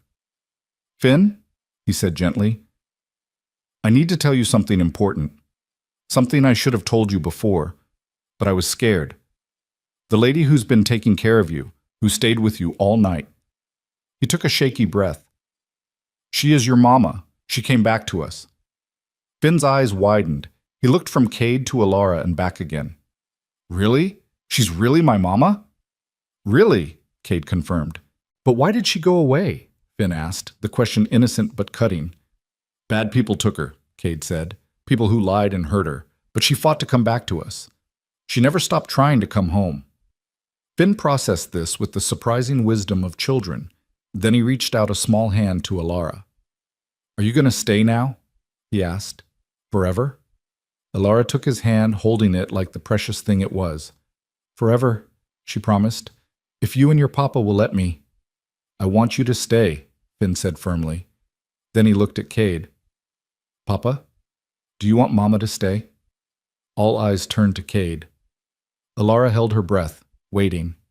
Cade looked at her, really looked at her, maybe for the first time since she'd returned. She knew what he saw. A woman worn thin by suffering, scarred by betrayal, but still fighting, still here, still choosing them every single day. "Yes," Cade said quietly. "I want her to stay." Something broke open in Alara's chest, some last wall she'd been holding against hope. She started to cry in earnest then, deep sobs that shook her whole body. "Don't cry, Mama," Finn said, concerned. "Papa said sometimes people have happy tears." "Are these happy tears?" "Yes, baby," Alara managed. "These are the happiest tears I've ever cried." Finn seemed satisfied with that answer. He yawned, the long night of fever finally catching up with him. "I'm tired," he announced. "Then sleep," Cade said, tucking the blankets around him. "We'll be right here when you wake up." "Both of you?" Finn asked. "Both of us," Alara confirmed. Finn's eyes drifted closed, his breathing falling into the easy rhythm of sleep. Healthy sleep this time, not the fevered unconsciousness of before. Alara and Cade sat on either side of the bed, watching him sleep, neither willing to leave yet. The room was filled with early morning light, golden and new, full of promise. "Thank you," Cade said finally, "for knowing what to do, for staying calm when I was falling apart, for saving him." "I didn't save him alone," Alara said. "We did it together." "Like we should have been doing all along," Cade said. "Like we'll do from now on," Alara corrected gently. They sat in silence for a while longer, and then Cade asked, "What happens now? Dr. Harrison and that agent, they're not going to give up. Your father either. Men like that don't accept defeat." "I know," Alara said. "Judge Lockhart said as much. We need to be careful, vigilant." "They could come back," Cade said. "Try to take you again. Try to—" He stopped, his jaw clenching. "I won't let them. I won't lose you again." "We need to make sure the marriage to Victor is formally annulled," Alara said, her mind already working through the practicalities. "Get legal documentation that's ironclad. Make sure my father can never claim authority over me again. I'll talk to Judge Lockhart today," Cade said. "Get whatever paperwork we need. And I'm going to talk to Sheriff Hayes about increasing patrols near the ranch. If anyone suspicious shows up in town, I want to know immediately." "You do that?" Alara asked. "Go to all that trouble?" "You're my wife," Cade said simply. "You're Finn's mother, your family. Of course I'll do that." The word family settled around Alara like a warm blanket. Family. After 4 years of having nothing and no one, she had a family again. Later that morning, with Finn sleeping peacefully in Cade's ranch hand, Tom watching over the boy, Cade and Alara rode into town together. It was the first time they'd been seen as a united front, and the town noticed. Whispers followed them down Main Street. Some looks were still hostile, suspicious, but others were different now, curious, uncertain. The arrival of Dr. Harrison and Agent Blackwood, followed by Judge Lockhart's dramatic intervention, had shaken the town's certainty about Alara's guilt. They stopped first at the sheriff's office. Sheriff Hayes was a grizzled man in his 50s, fair-minded but cautious. He listened to their concerns with a serious expression. "I'll put the word out," he said finally. "Tell my deputies to keep an eye on things. But Mrs. Mercer, you need to understand, if those men come back with proper legal documentation, there's only so much I can do." "I understand," Alara said. "We just want a warning if they return." "You'll get it," Hayes promised. Next, they visited Judge Lockhart at the hotel where she was staying. The judge was drafting documents at a small desk, her reading glasses perched on her nose. "I wondered when you'd come," she said, gesturing for them to sit. "I've been working on your case since yesterday. The good news is that Victor Hale's marriage to you is legally invalid since you were already married to Mr. Mercer at the time. The asylum's declaration of incompetence is also invalid. It was based on fraudulent claims and forged documents." "What's the bad news?" Cade asked. "The bad news is that proving fraud against men of your father's standing is difficult," Judge Lockhart said, looking at Alara. "He's covered his tracks well.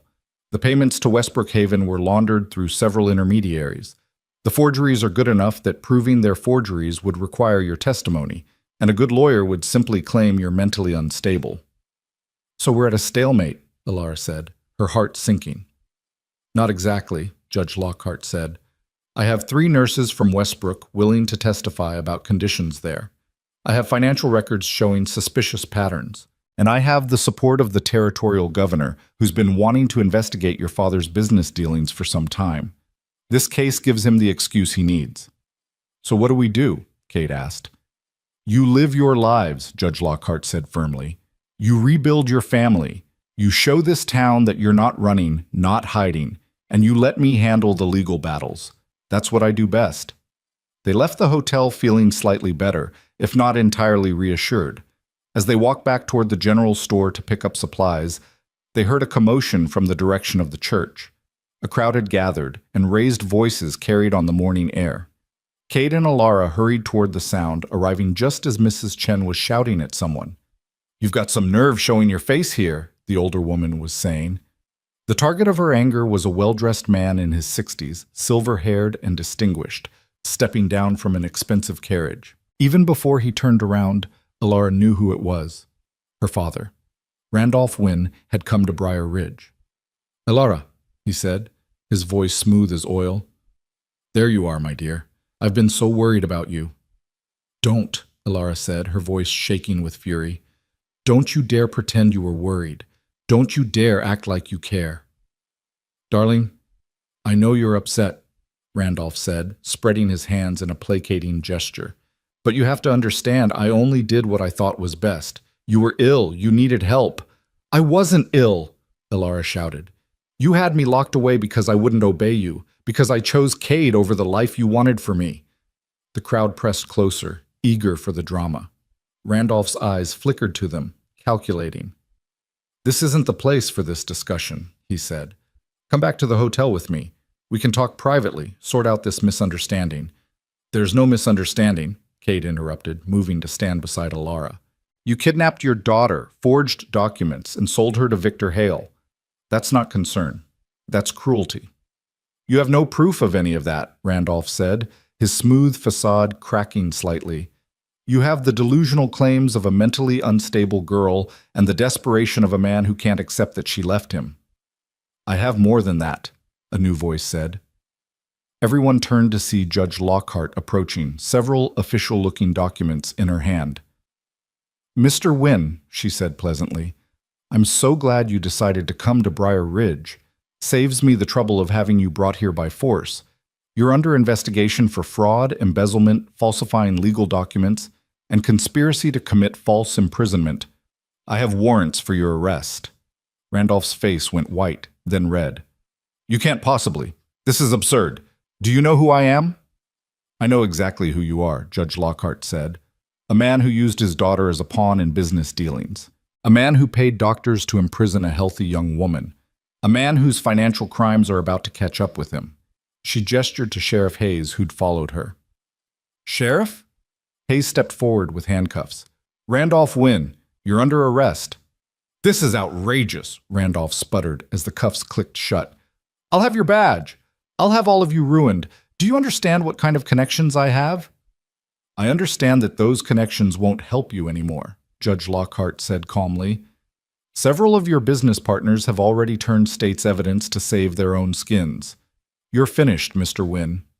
As Hayes led Randolph away, still protesting loudly, Elara felt her legs give out. This time when Cade caught her, she clung to him, shaking. "It's over," he murmured into her hair. "It's really over." "Not quite," Judge Lockhart said, approaching them. "Victor Hale is still at large, and he has considerable resources. But with your father in custody and the evidence mounting, I expect he'll distance himself from this whole affair rather than risk his own reputation and freedom." "Thank you," Elara said, looking at the judge with gratitude. "Thank you for believing me, for fighting for me." "I didn't do it just for you," Judge Lockhart said. "I did it because the law should protect the vulnerable, not the powerful. Now go home to your son. Let him see that his mother is safe and here to stay." The ride back to the ranch was quiet, both of them processing what had just happened. When they arrived, they found Tom sitting on the porch, looking worried. "Finn woke up asking for both of you," he said. "He seemed upset that you weren't here." They hurried inside to find Finn sitting up in bed, tears on his face. "I thought you left," he said when he saw them. "I thought it was another dream, and you'd be gone." Elara went to him, gathering him in her arms. "We went to town to make sure you'd be safe," she explained, "to make sure the bad people who took me away can't do it again." "Are they gone now?" Finn asked. "The bad people?" "They're gone," Cade confirmed, sitting on the other side of the bed. "Your grandfather is in jail, and the other bad people are running away. No one's going to take Mama away from us again."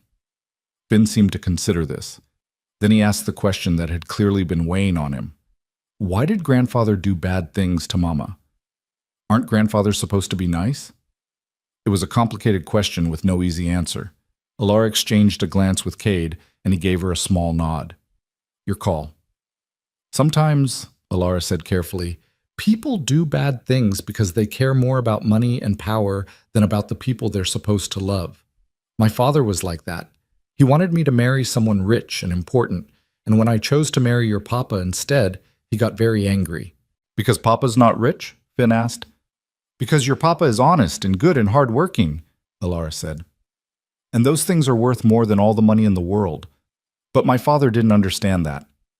I'm glad you married Papa, Finn said firmly. Papa's the best. He is, Alara agreed, her eyes finding Cade's across their son's head. He absolutely is. That night, after Finn had finally fallen into a deep, healing sleep, Cade found Alara standing on the porch, looking out at the stars. Can't sleep? He asked, joining her. Too much has happened, Alara said. My mind won't stop racing. Every time I close my eyes, I'm afraid I'll wake up, and this will all have been a dream, that I'll still be in that asylum, and none of this will be real. It's real, Cade said firmly. He took her hand, his calloused palm warm against hers. Feel that? That's real. Finn sleeping safely inside, that's real. You being here, home, that's real. I keep waiting for the other shoe to drop, Alara admitted. For Victor to show up with more men, for something else to go wrong. It might, Cade said honestly. Life doesn't come with guarantees, but whatever comes, we'll face it together. That's what marriage means, what family means. Alara turned to look at him, really look at him in the starlight. Do you think we can do this? Really do this? Be a family again? We already are a family, Cade said. We've been a family since the day Finn was born. We just got separated for a while, but Alara, I need you to know something. He paused, choosing his words carefully. I'm still angry. Part of me is still angry at your father, at Victor Hale, at the whole damn world for what happened to us. And I'm angry at myself for giving up on you. That anger doesn't just disappear because we want it to. I know, Alara said quietly. But, Cade continued, I'm also grateful. Grateful you survived. Grateful you came back. Grateful for the chance to try again. He squeezed her hand. We're not the same people we were 4 years ago. We can't just pick up where we left off. We have to figure out who we are now, together. I want to do that, Alara said. More than anything. They stood there in comfortable silence, hands linked, looking out at the land that was supposed to be their future. It still could be, Alara thought. They'd lost 4 years, but they still had the rest of their lives. Inside, through the window, they could see Finn sleeping peacefully, his small chest rising and falling steadily.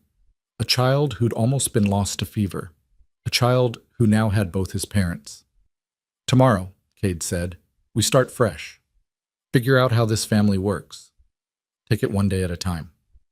One day at a time, Alara echoed. It seemed manageable when broken down like that. Not the whole overwhelming future, just tomorrow. And then the day after that, and the day after that. Building a life, one day at a time. The next morning brought an unexpected visitor. Alara was in the kitchen, attempting to make breakfast while Finn sat at the table drawing another picture of horses, when she heard the sound of a carriage approaching. Her whole body went tense, old fears rising instantly to the surface. Cade must have heard it too, because he came in from the barn, his expression alert and wary. Stay inside with Finn, he said quietly. But Alara moved to the window, needing to see who it was. The carriage that pulled up was elegant, but not ostentatious, and the woman who stepped down was someone Alara had never seen before. She was perhaps 40, dressed in expensive but practical traveling clothes, with auburn hair swept up in a no-nonsense style. Cade went out to meet her, and Alara watched as they spoke.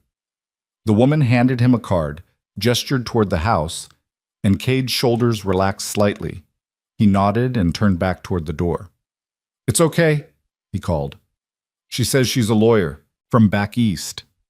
The woman followed Cade inside, and up close Alara could see the shrewd intelligence in her gray eyes. She looked at Alara with the assessing gaze of someone used to reading people quickly and accurately. Mrs. Mercer, she said, extending her hand. I'm Catherine Brennan. I'm an attorney with Morrison and Associates in Boston. I've been retained by a coalition of women's advocacy groups to represent you in your case against Victor Hale in West Brookhaven. Alara blinked, confused. I don't understand. I didn't hire a lawyer. No, but 3 of the nurses from Westbrook did, Catherine said. They contacted my firm after Judge Lockhart's investigation became public. They want to testify against the asylum's practices, but they need legal protection. Your case gives us the opportunity to shut down West Brookhaven permanently and hold Victor Hale accountable. I still don't understand why you're here, Alara said. Judge Lockhart is already handling everything. Judge Lockhart is excellent at territorial law, Catherine said, but this case crosses state lines. It involves federal marriage law, interstate conspiracy, and medical malpractice. You need representation that can navigate those waters.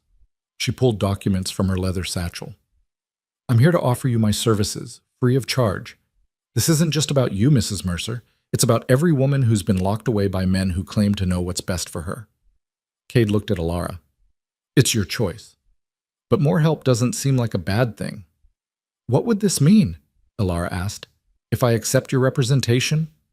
It means we go after Victor Hale with everything we have, Catherine said. Civil suit for damages, criminal charges for conspiracy and false imprisonment, a full investigation into West Brookhaven's practices. It means your story becomes public, very public. Every newspaper in the country will cover this case. Alara felt her stomach drop. Everyone will know? Everyone will know what was done to you, Catherine corrected gently. And more importantly, everyone will know that you fought back, that you refused to disappear, that you won. She leaned forward. Mrs. Mercer, there are hundreds of women right now in asylums across this country who aren't sick. They're there because they were inconvenient, disobedient, or in the way of someone's plans. Your case could change that, could make it harder for men to simply dispose of the women in their lives.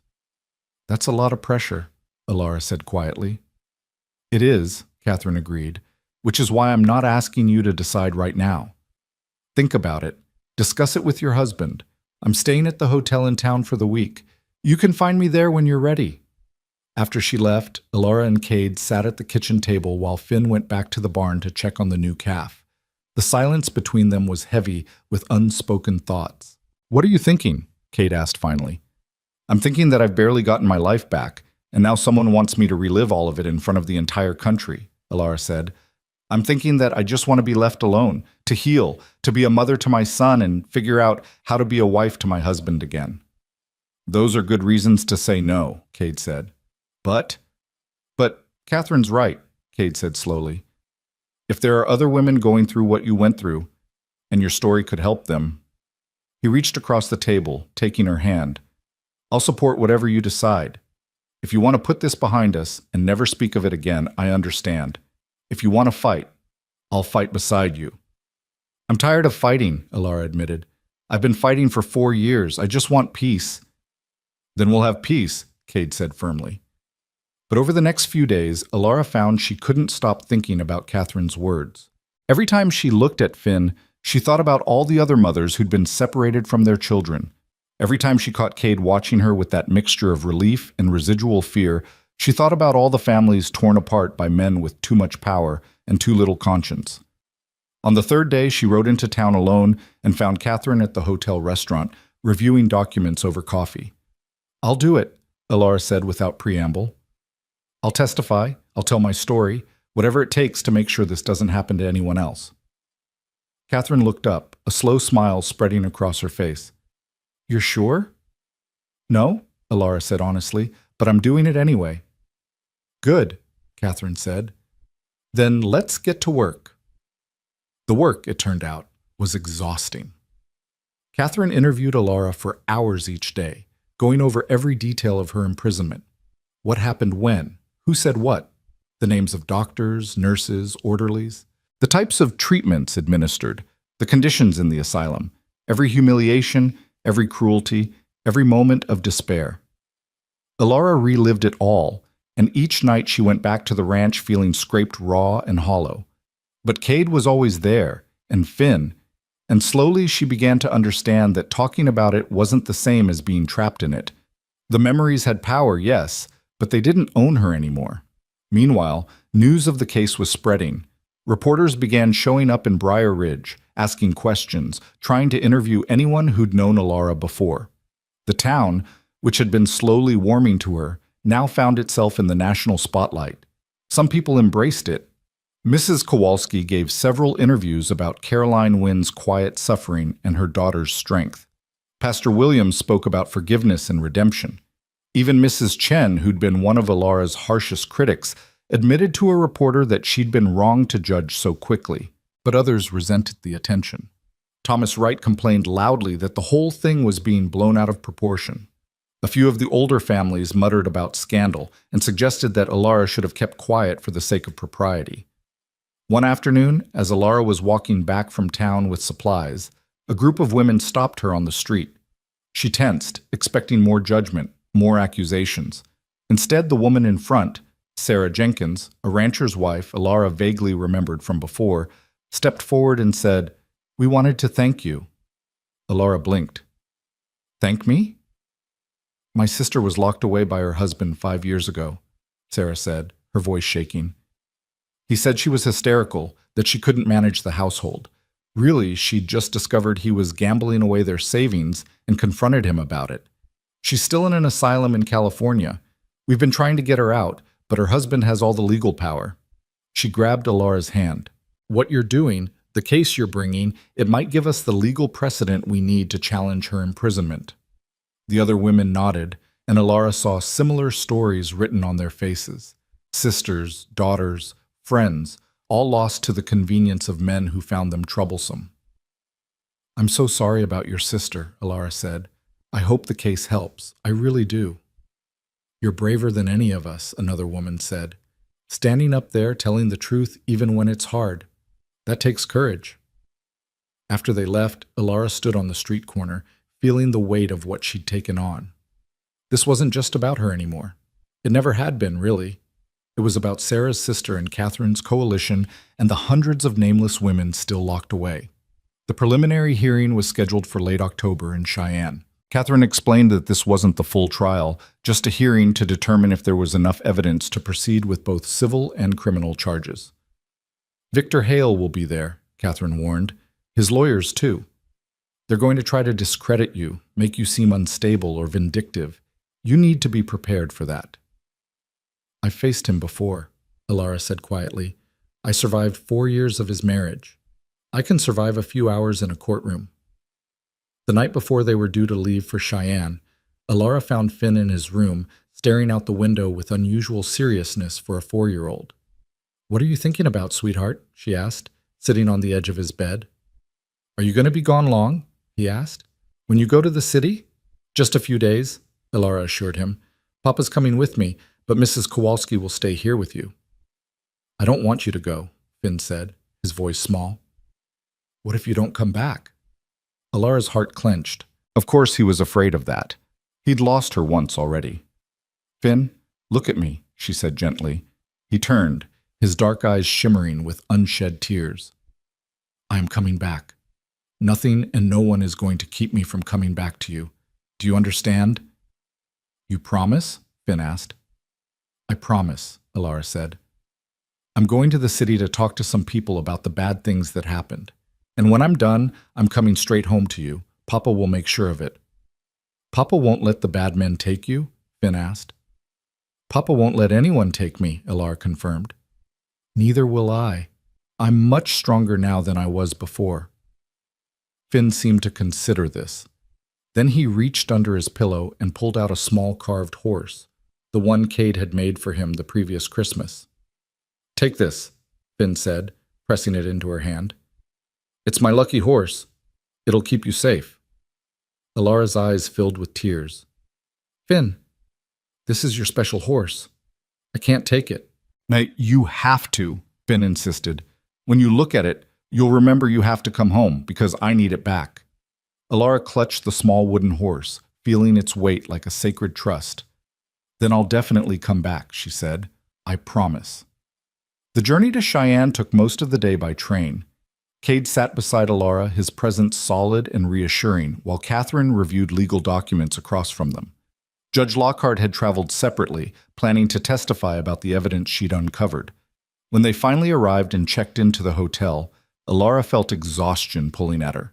But Catherine wanted to review testimony one more time, so they gathered in Catherine's room and went over every expected question. "Victor's lawyers are going to argue that the marriage was legitimate because your father had legal guardianship," Catherine said. "They'll say you were incompetent and needed protection. How do you respond?" "I wasn't incompetent," Alara said. "I was grieving the loss of my child and terrified of my father. Those are normal human emotions, not signs of mental illness." "Good. They'll bring up the note you supposedly wrote, the witnesses who saw you packing. How do you respond? The note was forged. The witnesses were paid or coerced. I never packed because I never intended to leave. They went on like this for hours, Catherine playing devil's advocate, Alara defending herself. By the time they finished, Alara felt like she'd already been through the hearing. That night, unable to sleep, she stood at the hotel window looking out at Cheyenne's lights.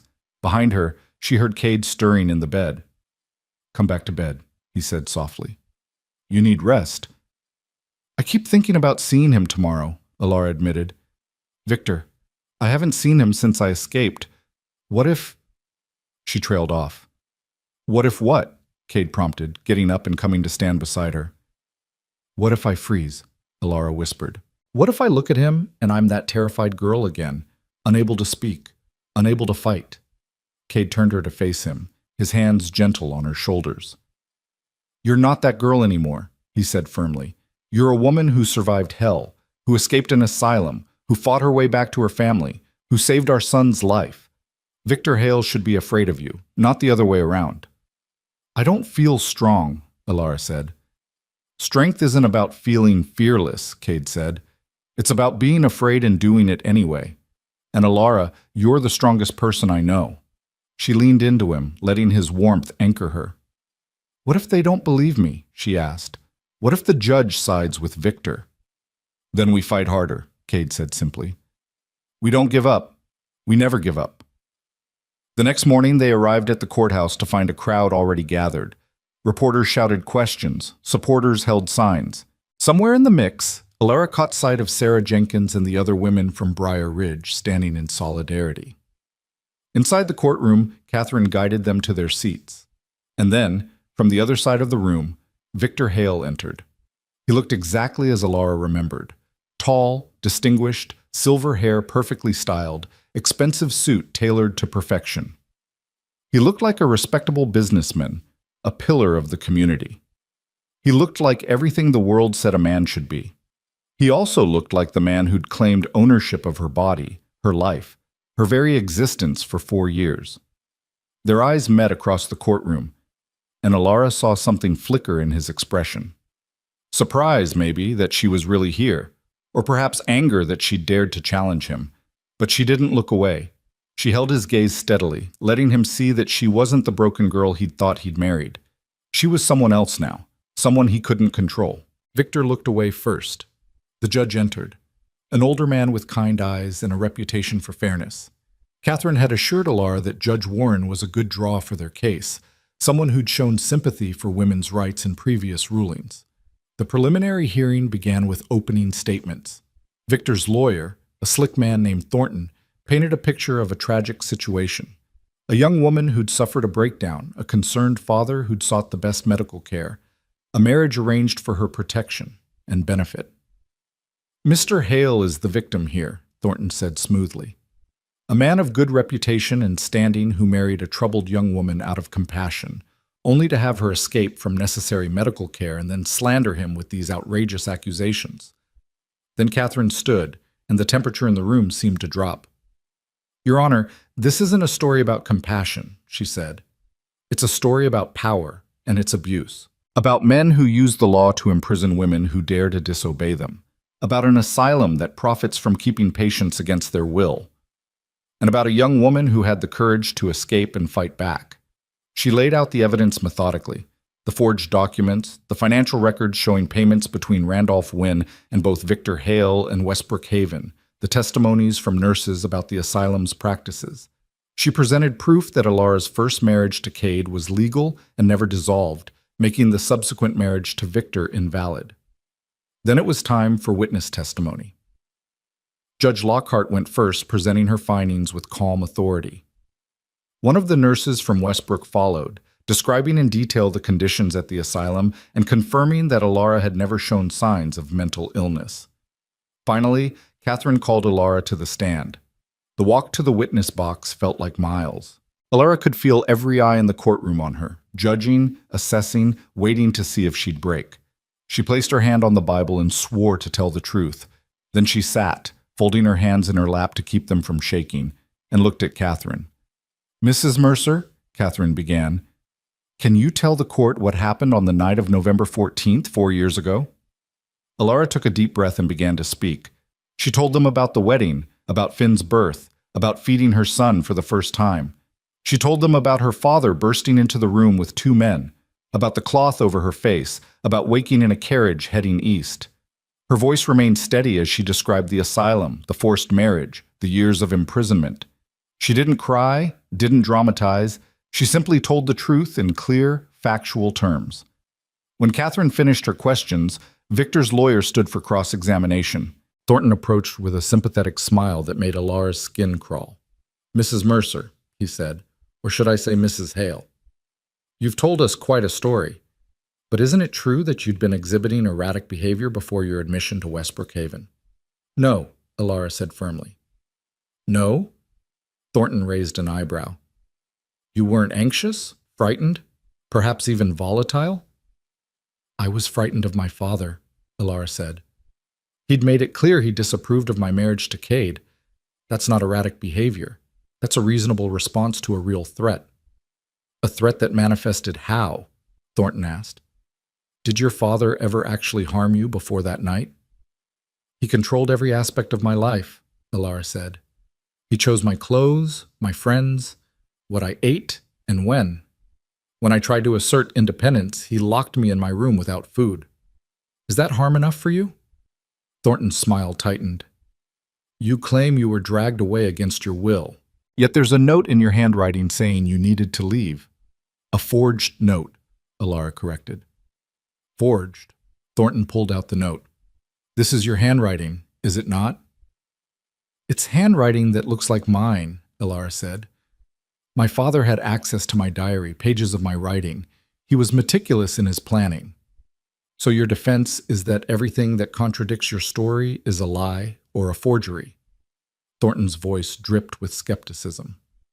"My defense is the truth," Alara said, her voice rising slightly. "I was kidnapped. I was imprisoned.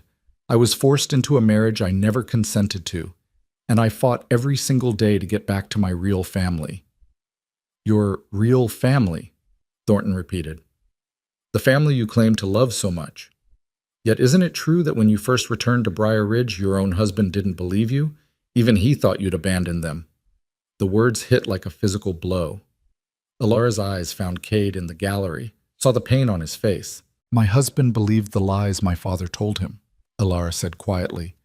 "Just like everyone else did. My father was very convincing. But once Cade knew the truth, he believed me. He fought for me. That's what love does." "Or perhaps," Thornton suggested, "he simply wanted to believe you because the alternative was too painful. Perhaps you've convinced yourself of this narrative because you can't face the truth, that you did leave, that you did marry Mr. Hale of your own free will, and now you regret it and want to rewrite history." "I don't need to rewrite history," Alara said, her voice shaking now with anger instead of fear. "I lived it. Every day of those 4 years, I lived it. Every dose of medication that made my mind foggy. Every time I was told I was crazy for insisting I had a son. Every night I cried myself to sleep in a locked room. I lived it, Mr. Thornton, and no amount of legal maneuvering on your part can change what really happened." She was breathing hard now, her composure finally cracking.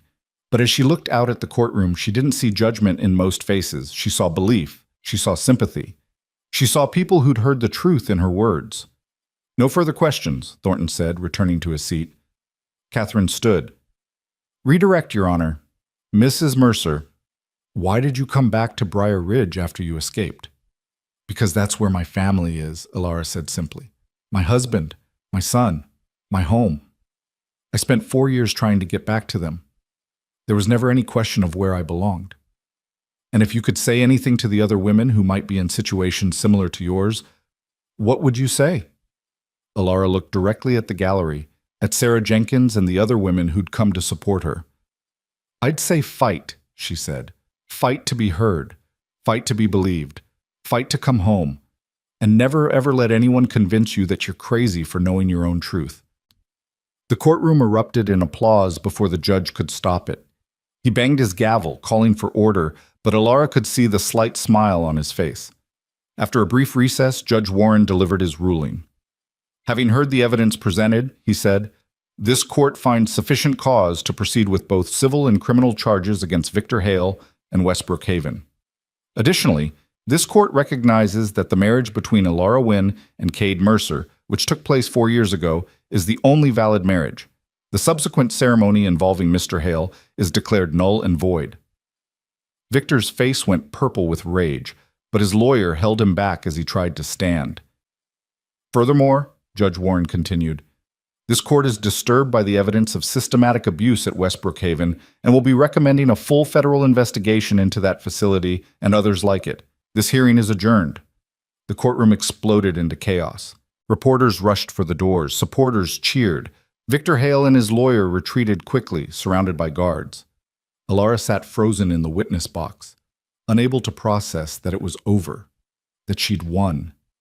Cade was there suddenly, pulling her into his arms, holding her so tight she could barely breathe. You did it, he whispered fiercely. God, Alara, you did it. We did it, she corrected, pulling back to look at him. I couldn't have done this without you. Catherine approached, professional satisfaction written all over her face. That was perfect, she said. The full trial will be more complex, but after today I'm very confident. Victor Hale is going to pay for what he did to you. Sarah Jenkins pushed through the crowd, tears streaming down her face. Thank you, she said, grabbing Alara's hands. Thank you so much. Our lawyer says this ruling gives us grounds to challenge my sister's imprisonment. We might actually get her back. More women approached, sharing similar stories, offering gratitude and hope. Alara listened to each one, feeling the weight of what they'd accomplished today. Not just for her, but for all of them. As they finally made their way out of the courthouse, reporters surrounded them, shouting questions. Catherine handled most of them with professional ease, but one reporter pushed through to Alara directly. Mrs. Mercer, what do you say to people who claim you're doing this for attention or money? Alara stopped, looked directly at the reporter and said, I say they've never been locked in a room and told they're crazy for knowing their own mind. I say they've never had their child stolen from them. I say they should pray they never have to learn what it's like to fight for your freedom.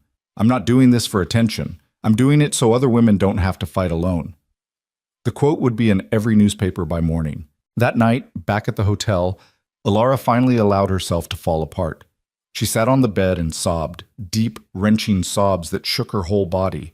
Cade held her through it, not trying to fix it or stop it, just being there. I looked at him, she gasped between sobs. I looked Victor in the eye, and I didn't break. I didn't let him win. You won, Cade said fiercely. Alara, you stood up there and you told the truth, and everyone believed you. You won. It hurts so much, Alara whispered, reliving all of it, saying it all out loud. I know, Cade said, but it's over now. The worst is over. They stayed in Cheyenne for 2 more days while Catherine handled the paperwork and filed motions for the full trial. When they finally boarded the train back to Briar Ridge, Alara felt lighter than she had in years. Finn was waiting at the station with Mrs. Kowalski, and the moment he saw them, he broke away and ran. Alara dropped to her knees just in time to catch him, holding him close and breathing in the little boy's smell of him. You came back, Finn said, his voice muffled against her shoulder. You promised, and you came back. Always, Alara said. I'll always come back to you. She pulled back and fished the wooden horse from her pocket. And I believe this is yours. Finn took it, clutching it like the treasure it was. Then he looked up at both his parents. Can we go home now? He asked. Yes, Cade said, scooping him up. Let's go home. As they walked to the wagon, Alara noticed the crowd that had gathered at the station. The whole town, it seemed, had come to meet them. And instead of the hostile stares she'd faced weeks ago, she saw respect, admiration, acceptance. Mrs. Chen stepped forward, looking uncomfortable but determined. Mrs. Mercer, she said formally, I owe you an apology. I judged you harshly based on lies. I'm sorry. Other voices joined in, offering apologies, expressing support. It wasn't unanimous. She could still see Thomas Wright glowering in the back, but it was enough. Thank you, Alara said simply. All of you. Thank you for giving me a second chance. That night, after Finn was asleep and the ranch was quiet, Alara and Cade sat by the fire in the living room. Cade had his arm around her and she leaned into his warmth, feeling truly safe for the first time in years. What happens now? Cade asked. With the trial, I mean. Catherine says it could take months, Alara said. There will be more hearings, more testimony, but she's confident we'll win. And after, Cade pressed, after it's all over and Victor Hale is in prison and Westbrook Haven is shut down? What then? Then we live, Alara said simply. We raise our son. We work the ranch. We build the life we were supposed to have. Together, Cade said. Together, Alara agreed. She turned to look at him, really look at him in the firelight. This man who'd believed the worst of her, then fought for her when he learned the truth. This man who'd raised their son alone and loved him so fiercely. This man who was giving her a second chance at the future they'd both lost. I love you, she said. The first time she'd said it since coming back. I never stopped loving you, even when I couldn't remember my own name sometimes. Even when the medicine made everything else foggy. I always knew I loved you. Cade's eyes shone with unshed tears. I love you too, he said, his voice rough. I tried not to. Tried to kill it with anger and grief, but it just kept burning, waiting for you to come home and bring it back to life.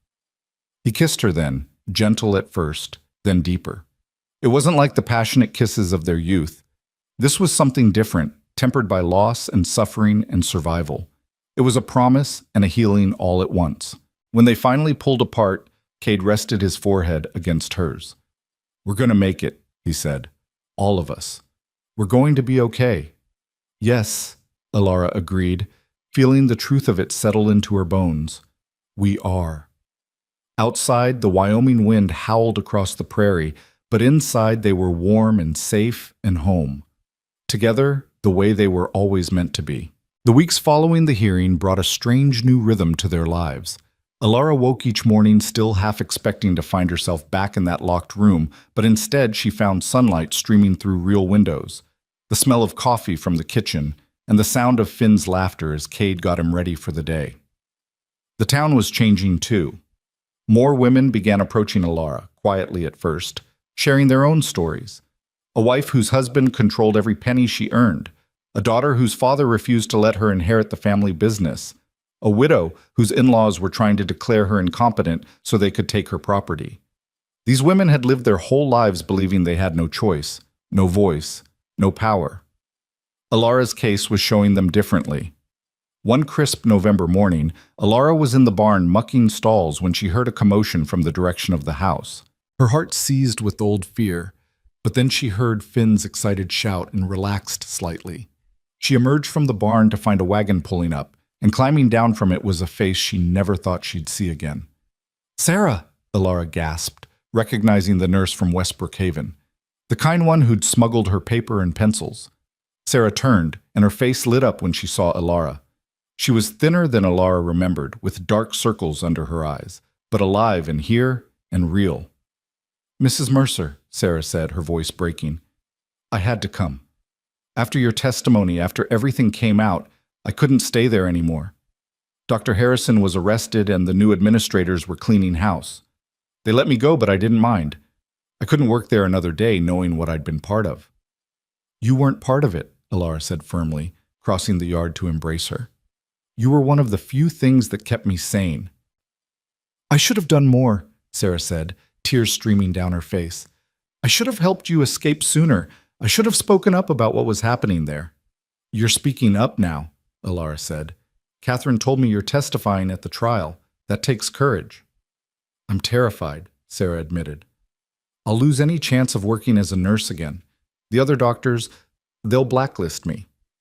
Then you'll find different work, a voice said. Mrs. Kowalski had come out onto the porch, wiping her hands on her apron. Lord knows this town could use a good nurse. Doc Morrison's getting on in years. He could use an assistant. Sarah blinked, hope dawning in her expression. You think he'd hire me? After everything? I think he'd be lucky to have someone with your experience and your conscience, Mrs. Kowalski said firmly. Come on inside. You look half-starved. Let's get some food in you, and then we'll talk to the doc. As Sarah followed Mrs. Kowalski inside, Cade appeared from the south pasture, leading his horse. He took in the scene and raised an eyebrow at Alara. "Friend of yours?" he asked. "The friend who kept me alive," Alara said softly. "The one who reminded me I wasn't crazy, that my memories were real." Cade's expression softened. "Then she's welcome here as long as she needs." That evening, the house felt more alive than it had in years. Sarah stayed for dinner, entertaining Finn with stories about the city while carefully avoiding any mention of the asylum. Doc Morrison had indeed agreed to take her on as an assistant, particularly impressed by her knowledge of difficult births and fever management. After Finn was in bed, the three adults sat around the kitchen table with coffee, and Sarah finally asked the question Alara had been waiting for. "How are you really?" Sarah said. "Not the brave face you put on for the newspapers. How are you truly managing?" Alara considered the question carefully. "Some days are better than others," she admitted. "Sometimes I hear a door lock and I panic. Sometimes Finn will ask about something from when he was a baby, something I missed, and the grief nearly crushes me. But then I look at him, at Cade, at this life we're building, and I remember that I survived, that I won." "You did more than survive," Sarah said. "You fought back. Do you know how many women have reached out to Westbrook since your testimony? Women demanding the release of their sisters, daughters, mothers. The place is under investigation by 3 different government agencies. You did that." "We did that," Alara corrected. "You and the other nurses who spoke up, Catherine and her legal team, Judge Lockhart, all of us together." "Still," Sarah said, "you started it. You were brave enough to come forward first." The next morning brought news that sent ripples through not just Briar Ridge but across the country. Victor Hale had been arrested trying to flee to Mexico. He'd been caught at the border with trunks full of cash and documents showing years of financial fraud and conspiracy. His arrest made front-page news in every major paper. Catherine sent a telegram that arrived at the general store by midday. The trial date had been moved up. With Victor in custody and more evidence coming to light daily, the territorial prosecutors wanted to move quickly before any more evidence could be destroyed. The full trial was scheduled for the first week of December, in Denver this time, at the federal courthouse. It would be bigger than the preliminary hearing, more witnesses, more evidence, more eyes watching. "I have to go again," Alara told Cade that night. "I have to see this through to the end." "I know," Cade said. "We'll go together. Mrs. Kowalski can watch Finn again." But Finn, who'd been listening from the doorway, had other ideas. "I want to come," he announced. Both parents turned to look at him. "Sweetheart, the trial isn't a place for children," Alara said gently. "But I want to see the bad man," Finn insisted. "The one who hurt Mama. I want him to know that Mama has a family who loves her." Alara looked at Cade, uncertain. Part of her wanted to protect Finn from all of this, to keep him innocent of the darkness that existed in the world. But another part understood his need to be there, to be part of this final battle.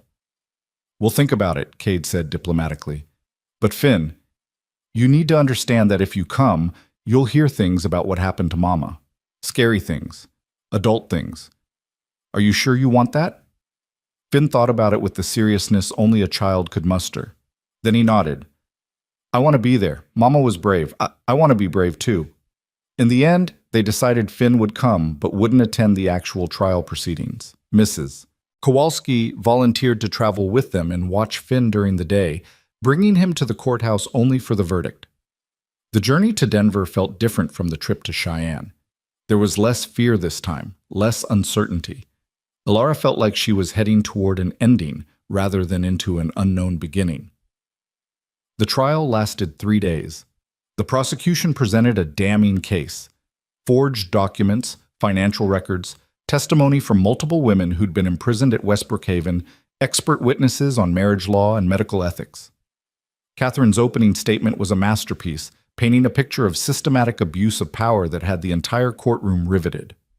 Victor's defense team tried to argue that he'd been deceived by Randolph Wynn, that he genuinely believed Alara was mentally ill and needed care, that the marriage had been legal according to the documents he'd been given. But the evidence was overwhelming. The financial connections between Victor, Randolph, and Dr. Harrison showed clear conspiracy. The testimonies from nurses and former patients at West Brookhaven revealed a pattern of imprisoning inconvenient women for profit. On the second day, they called Randolph Wynn from his jail cell to testify. Alara's father looked haggard, diminished, nothing like the powerful man who'd once controlled her life. When asked about the conspiracy, he initially tried to maintain his innocence. But when faced with the mountain of evidence, he finally broke. "I did it for her own good," he said, his voice cracking. She was throwing her life away on a nobody rancher. Victor could give her everything: money, status, security. I thought once she had time to see reason, she'd understand. "You thought locking her in an asylum would make her see reason?" the prosecutor asked incredulously. "I thought it would keep her safe until she came to her senses," Randolph said. "I thought she'd thank me eventually." Alara felt Cade's hand tighten on hers. She looked at her father, this man who'd claimed to love her while destroying her life, and felt nothing but pity. He'd lost everything in his quest for status and power: his business, his freedom, his daughter's love. He'd won nothing and lost everything that mattered. "I don't forgive you," Alara said quietly, though she wasn't sure her father could hear her from the witness stand. "But I'm not going to let what you did define the rest of my life." On the third day, Alara testified again. It was easier this time, the words more practiced, the fear less sharp. She told her story with clarity and strength, looking directly at Victor when she described his cruelty, refusing to be ashamed or diminished. Victor's lawyer tried to shake her testimony, tried to suggest she'd exaggerated or misremembered, but Alara didn't waver. She had the truth on her side, and 4 years of survival had made her unshakable. The closing arguments took most of the afternoon. Catherine spoke passionately about justice and accountability, about the need to protect vulnerable women from men who saw them as property. Victor's lawyer made a final desperate attempt to paint his client as a victim of circumstance. Then the jury retired to deliberate. The wait was agonizing. Alara and Cade sat in the corridor outside the courtroom, neither speaking, both lost in their own thoughts. Sarah sat with them, along with several other women who'd come to show support. Mrs. Kowalski brought Finn by for a brief visit, and his cheerful chatter broke some of the tension. After 4 hours, the jury sent word they'd reached a verdict. Everyone filed back into the courtroom, the air thick with anticipation. Alara reached for Cade's hand as the jury foreman stood. She felt surprisingly calm, like she'd already done the hardest part. Whatever happened next, she'd told her truth. She'd fought back. She'd refused to disappear. On the charge of conspiracy to commit false imprisonment, we find the defendant, Victor Hale, guilty. On the charge of fraud, we find the defendant guilty. On the charge of coercion, we find the defendant guilty. The foreman continued through all 17 charges. Guilty. Guilty. Guilty. Victor's face went from red to white to gray. His lawyers slumped in defeat, and the courtroom erupted in applause and cheers that the judge didn't even try to stop. Alara sat frozen, unable to process that it was finally, truly over. Victor would go to prison. Westbrook Haven was being shut down. Her father was already in jail. The men who'd stolen 4 years of her life were finally facing consequences. "You won," Cade said, pulling her into his arms. "Alara, you won." "We won," she corrected, but she was crying too hard to say much more. Outside the courthouse, reporters mobbed them with questions, but Catherine handled most of them.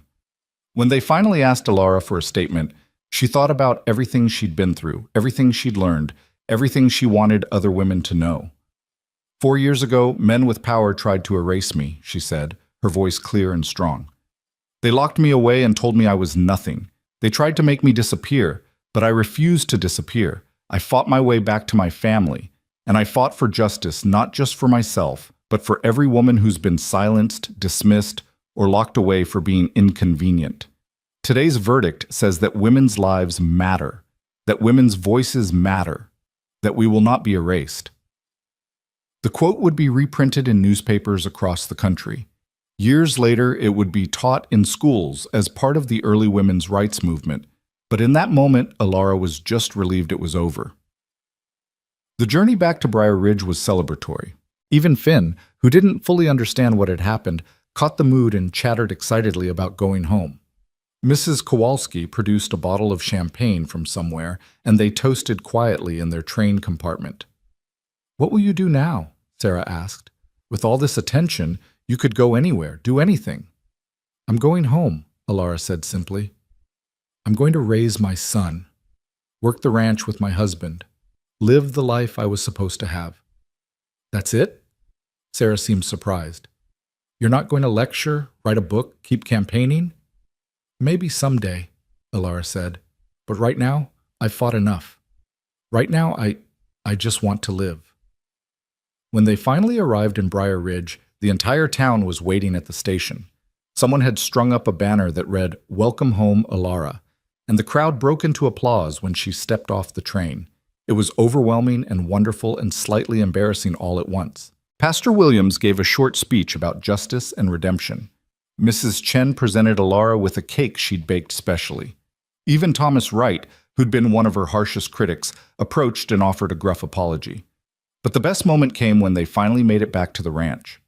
Alara stood in the yard, looking at the house and barn and pastures, and felt something settle deep in her chest. Home. She was finally, completely, irrevocably home. That night, after Finn was asleep and the excitement had died down, Alara found herself standing in the doorway of what had been the guest room. Her room, these past weeks, separate from Cade, separate from the life they'd once planned to share. Alara? Cade's voice came from behind her. Everything okay? She turned to face him. I don't want to sleep in here anymore, she said. I don't want to be separate from you. We're married. We have a son. We fought so hard to get back to each other. I'm done pretending we're strangers. Cade's expression was unreadable. Are you sure? We've been taking things slow, getting to know each other again. I don't want to rush you into anything you're not ready for.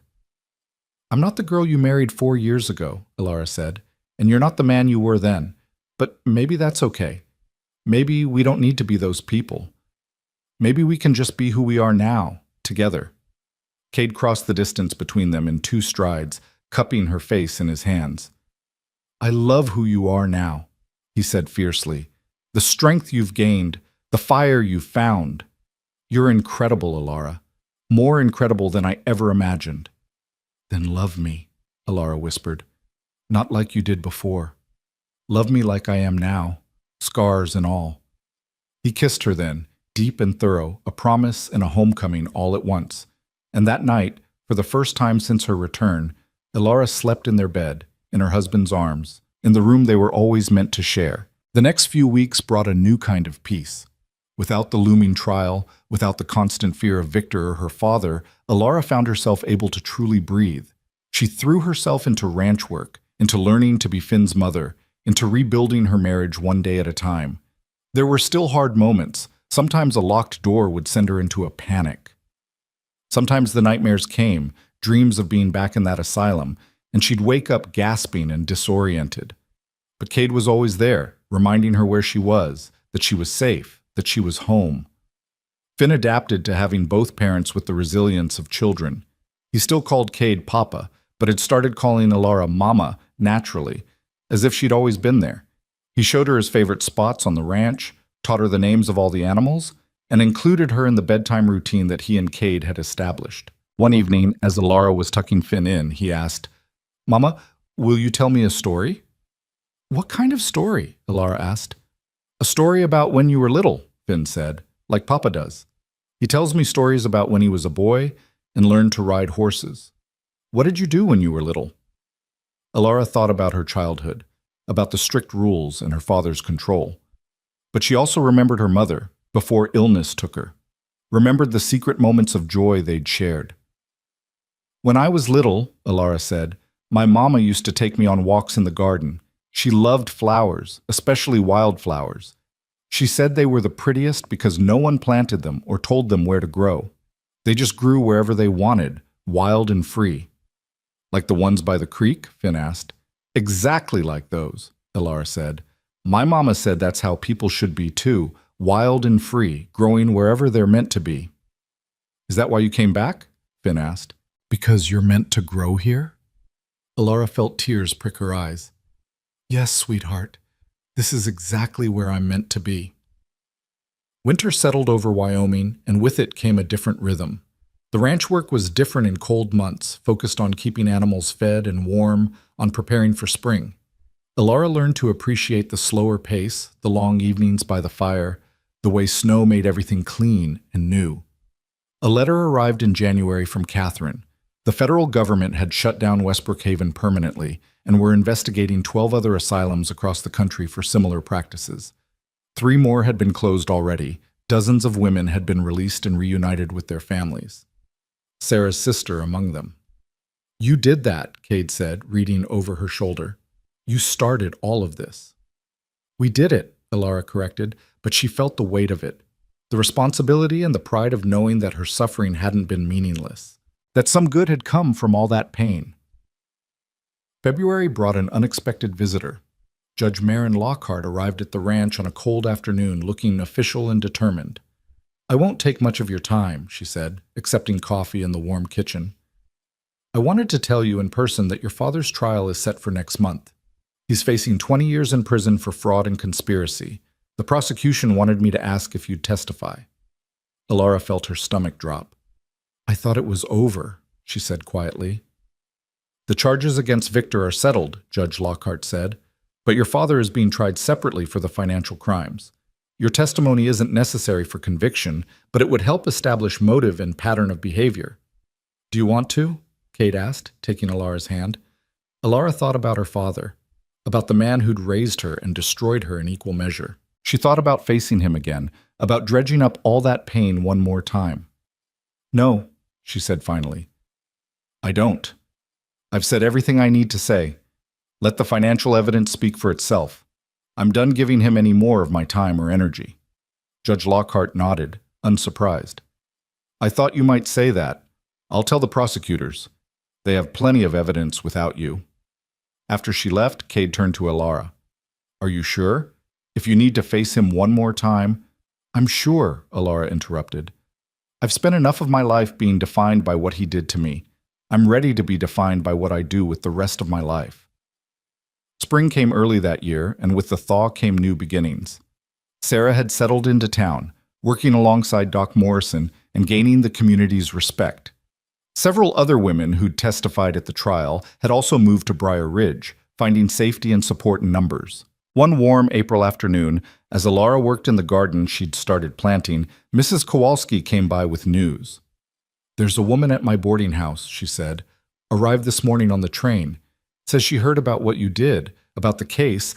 She's running from her husband, needs a place to stay until she can figure out her next move." Alara wiped dirt from her hands. "Does she need help?" "She needs what you had," Mrs. Kowalski said. "People who believe her, people who'll fight for her. I thought maybe you'd want to talk to her." Alara found the woman sitting in Mrs. Kowalski's parlor, thin and scared and trying to be brave. Her name was Margaret, and her story was all too familiar. A controlling husband, false accusations of mental instability, the threat of being locked away. "I saw your case in the newspapers," Margaret said. "I saw that you won, that you got free. I thought maybe if you could do it, I could too." "You can," Alara said firmly. "And you're not alone. We'll help you." Over the next weeks, Alara found herself becoming something she'd never expected, an advocate. She connected Margaret with Catherine's law firm. She testified in front of the town council about the need for legal protections for women. She helped Sarah establish a small shelter at the church for women fleeing dangerous situations. It wasn't the quiet life she'd imagined, but it was meaningful in ways she couldn't have anticipated. Every woman she helped felt like another piece of justice, another small victory against the darkness she'd survived. One evening in May, Cade found her sitting on the porch watching the sunset, a cup of tea cooling in her hands. "Penny for your thoughts?" he asked, settling beside her. "I was thinking about how different everything is from what I imagined," Alara said. 4 years ago, I thought we'd live quietly on this ranch, raise our son, grow old together, simple and peaceful. "And now?" Cade prompted. "Cade, now it's complicated and sometimes hard and definitely not quiet," Alara said. "But it's also more meaningful than I ever dreamed. The women we're helping, the changes we're making, it matters. It all matters." "You matter," Cade said firmly. "The work you're doing, the lives you're changing, it's incredible. But don't forget to save some energy for yourself, for us, for Finn." "I won't," Alara promised. "I've learned how to balance things, the hard way, but I've learned." They sat in comfortable silence, watching the sky turn gold and pink and purple. From inside the house came the sound of Finn practicing his reading, his small voice carefully sounding out words. "Do you ever regret coming back?" Kate asked suddenly. "Taking on all of this instead of just running somewhere fresh where no one knows your story?" "Never," Alara said immediately. "This is my home, you and Finn, this ranch, this town, flawed as it is. This is where I belong. Running would have been easier, but it wouldn't have been living, and I'm done with just surviving. I want to live." As if summoned by their conversation, Finn burst out onto the porch. "Mama, Papa, come see what I drew." They followed him inside to find a picture on the kitchen table. It showed 3 stick figures holding hands in front of a house, surrounded by flowers and animals. Above it, in Finn's careful printing, were the words, "My family." Alara picked it up, tears blurring her vision. "It's perfect, sweetheart. Absolutely perfect." "That's us," Finn explained unnecessarily. "You and Papa and me. Together forever." "Together forever," Alara agreed, pulling him into a hug. That night, lying in bed with Cade's arm around her and Finn sleeping soundly down the hall, Alara finally allowed herself to believe it was real. She was home. She was safe. She was loved. The nightmares might never completely go away, and the scars would always be there. But they didn't define her anymore. In June, word came that Randolph Wynn had been sentenced to 25 years in prison. Alara felt nothing when she heard the news. Not satisfaction, not grief, just a kind of quiet closure. Her father had made his choices, and now he was facing the consequences. She'd made her choices too, and they'd led her home. July brought a celebration that the whole town turned out for. 1 year since Alara had stepped off that train in a ruined wedding dress. 1 year since she'd started fighting to reclaim her life. To mark the anniversary, Pastor Williams organized a community dinner at the church. Alara almost declined, uncomfortable with being the center of attention. But Cade convinced her to go, and she was glad she did. The evening wasn't about celebrating her specifically. It was about celebrating all of them, the whole community that had learned to question their assumptions, to look beyond surface stories, to support women who needed help. Sarah gave a speech about the new medical practices Doc Morrison was implementing to protect patients' rights. Catherine, who'd traveled from Boston for the occasion, announced that 3 more states had passed laws making it harder to imprison women without proper medical cause. Margaret, who'd successfully divorced her husband and started a dressmaking business in town, thanked everyone who'd helped her find her courage. When they asked Alara to speak, she stood in front of the gathered crowd and said simply, "A year ago, I came home broken and afraid. You didn't have to believe me. You didn't have to help me. Some of you didn't at first, and I don't blame you for that. But enough of you did, and that made all the difference. This past year has taught me that healing isn't something you do alone. It's something we do together, as families, as communities. Thank you for being my community. Thank you for helping me heal." The applause was long and genuine. As Alara sat back down between Cade and Finn, she felt something she'd been reaching for all year finally settle into place. Peace. Not the absence of pain or struggle, but the acceptance that she could handle both and still thrive. August brought a letter that made Alara laugh and cry at the same time. It was from a women's college in Boston, inviting her to speak to their students about her experiences and the legal changes that had resulted. They were offering travel expenses and a generous honorarium. "You should do it," Cade said when she showed him the letter. "It's 3 weeks away," Alara protested. "The harvest will be starting soon, and we'll manage," Cade interrupted. "Alara, this is important. Your story is important. Besides," he grinned, "Finn and I could use some time to plan a surprise for you." "What kind of surprise?" Alara asked suspiciously. "The kind you'll find out when you get home," Cade said. "Now write them back and accept." The trip to Boston was both terrifying and exhilarating. Alara had never been that far east, never been in a city that large, never stood in front of a room full of educated young women hanging on her every word. But when she spoke about her experiences, about fighting back, about refusing to accept other people's definitions of who she was, she watched those young faces light up with understanding and determination. You've inspired them, the college president told her afterward. Half of them want to be lawyers now, fighting for women's rights. The other half want to be doctors, reforming medical practices. You've given them a vision of what's possible when women refuse to be silenced. On the train ride home, Elara thought about those eager young faces. They would change the world, those girls. They would make it better for their daughters and granddaughters. And she'd played a small part in that. When she finally arrived back in Briar Ridge, Cade and Finn were waiting at the station. Finn had grown in just 3 weeks, his face more mature somehow. He ran to her with his usual enthusiasm, chattering about everything she'd missed. "And Pop and I worked on the surprise every single day," Finn said. "You're gonna love it, Mama. It's the best surprise ever." "Should I close my eyes?" Elara asked, amused. "Not yet," Cade said, taking her bag. "Wait until we get home." The drive back to the ranch was filled with Finn's non-stop commentary about the surprise, though he managed not to actually reveal what it was. When they finally pulled up to the house, Cade said, "Okay, now you can close your eyes." Elara obeyed, letting Cade guide her down from the wagon and across the yard. She could hear Finn bouncing with excitement beside her. "Okay," Cade said finally. "Open them." Elara opened her eyes and gasped. Behind the house, where there had been nothing but wild grass before, stood a beautiful garden. Not just any garden, but one filled with wildflowers of every color imaginable. Lupines and Indian paintbrush, columbines and wild roses, arranged in natural-looking clusters that seemed to have grown there forever. "We planted it while you were gone," Finn said proudly. "Papa said you told me about your mama and the wildflowers, and how she said people should be wild and free. So we made you a wildflower garden." Elara felt tears streaming down her face. She walked into the garden, touching the flowers gently, breathing in their scent. It was perfect, more perfect than anything she could have imagined.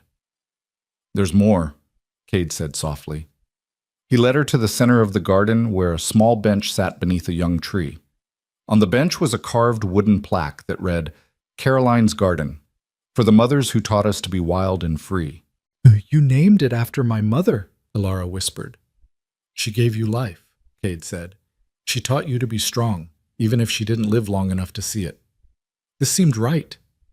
Elara turned and threw her arms around Cade, holding him as tight as she could.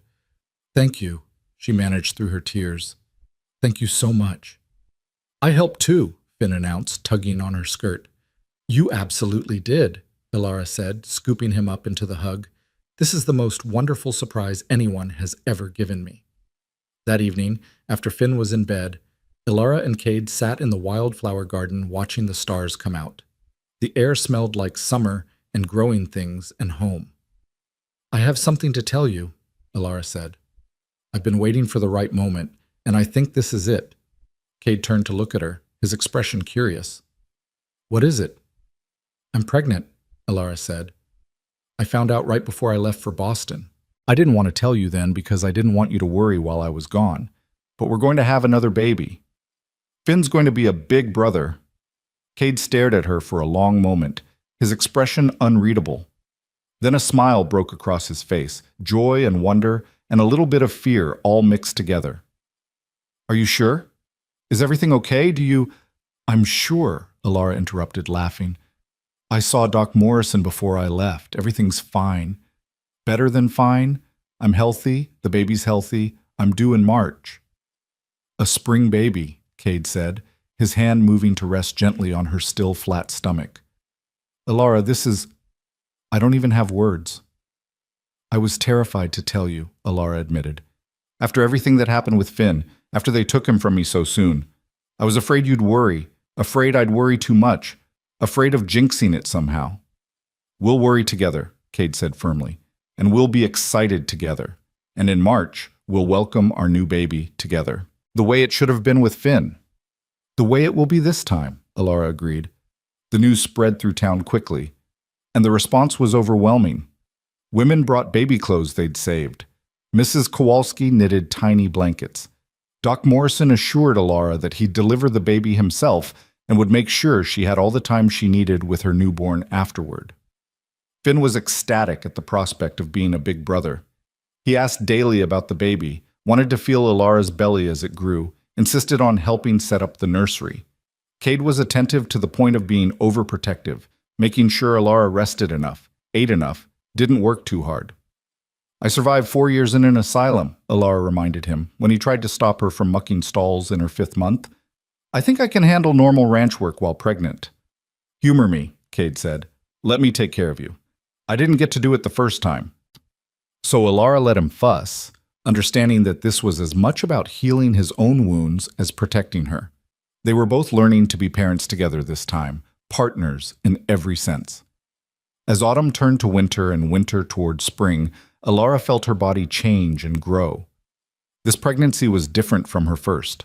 She was older, more experienced, surrounded by support instead of facing it alone. She could plan for the baby's arrival instead of fearing it. In early March, a few weeks before her due date, Alara woke in the middle of the night to the now familiar sensation of contractions beginning. She lay still for a moment, breathing through them, assessing. Not urgent yet, but definitely labor. Cade, she said softly, shaking his shoulder. It's time. This time there was no panic, no terrified rush. Cade got up calmly, helped her dress, and went to wake Mrs. Kowalski, who'd agreed to stay in the guest room for the last few weeks. Mrs. Kowalski would watch Finn while they went to Doc Morrison's office. Papa? Finn appeared in his doorway, rubbing his eyes. Is the baby coming? The baby's coming, Alara confirmed, crossing to hug him. You're about to become a big brother.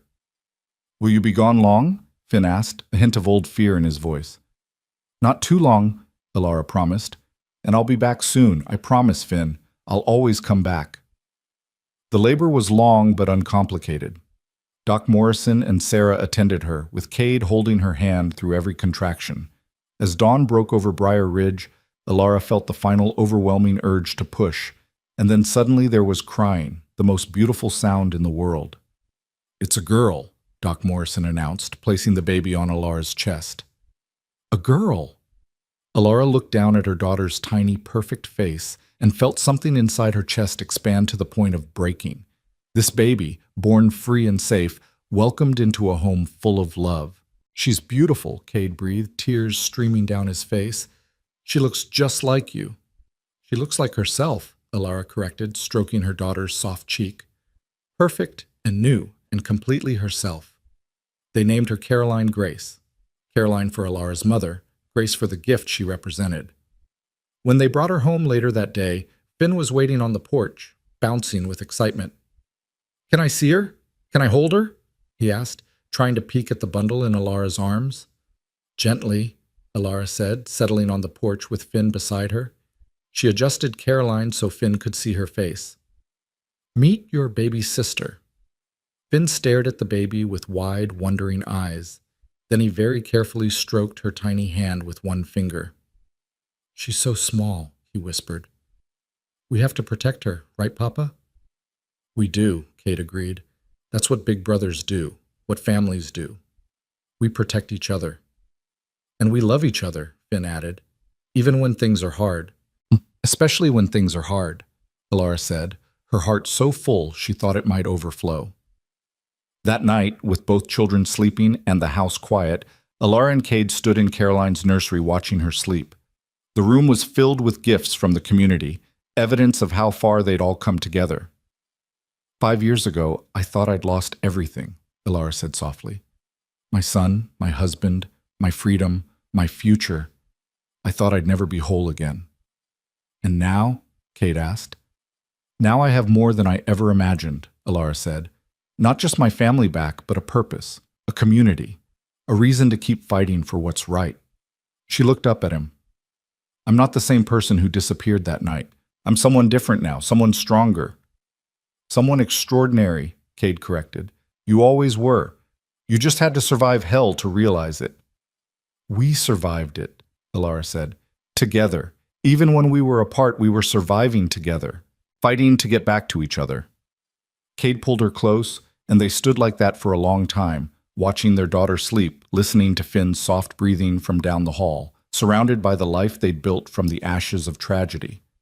Outside, spring was arriving in Wyoming. The wildflowers in Caroline's garden would be blooming soon, wild and free and beautiful. The ranch would come alive with new calves and colts. The world would keep turning, bringing both challenges and joys.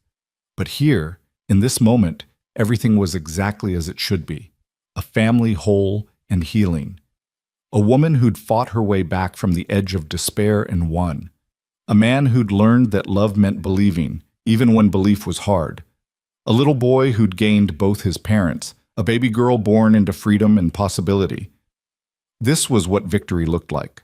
Not perfect, not without scars, but real and hard-won. And theirs. Elara had come home.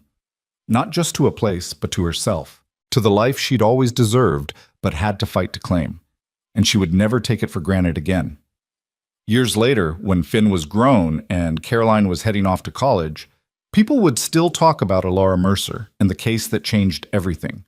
They'd talk about the asylum that was shut down, the laws that were changed, the women who were freed. But Elara herself rarely spoke of those days anymore. Not because they weren't important, but because she'd moved beyond defining herself by what had been done to her.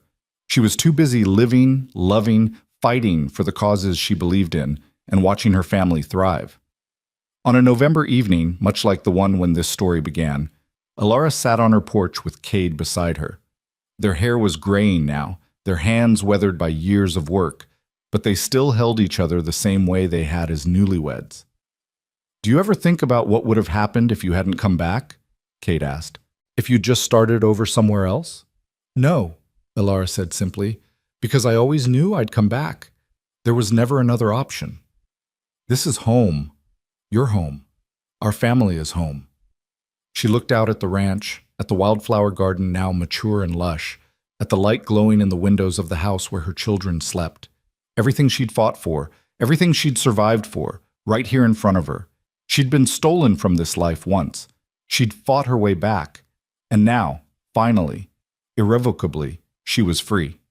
Not because someone had given her permission or declared her sane or let her go, but because she'd claimed her freedom herself and refused to ever let it go again. The woman who'd returned from the dead had done more than survive. She'd thrived. She'd built something beautiful from the ruins of what had been taken from her. And she'd won. Completely, utterly, forever won.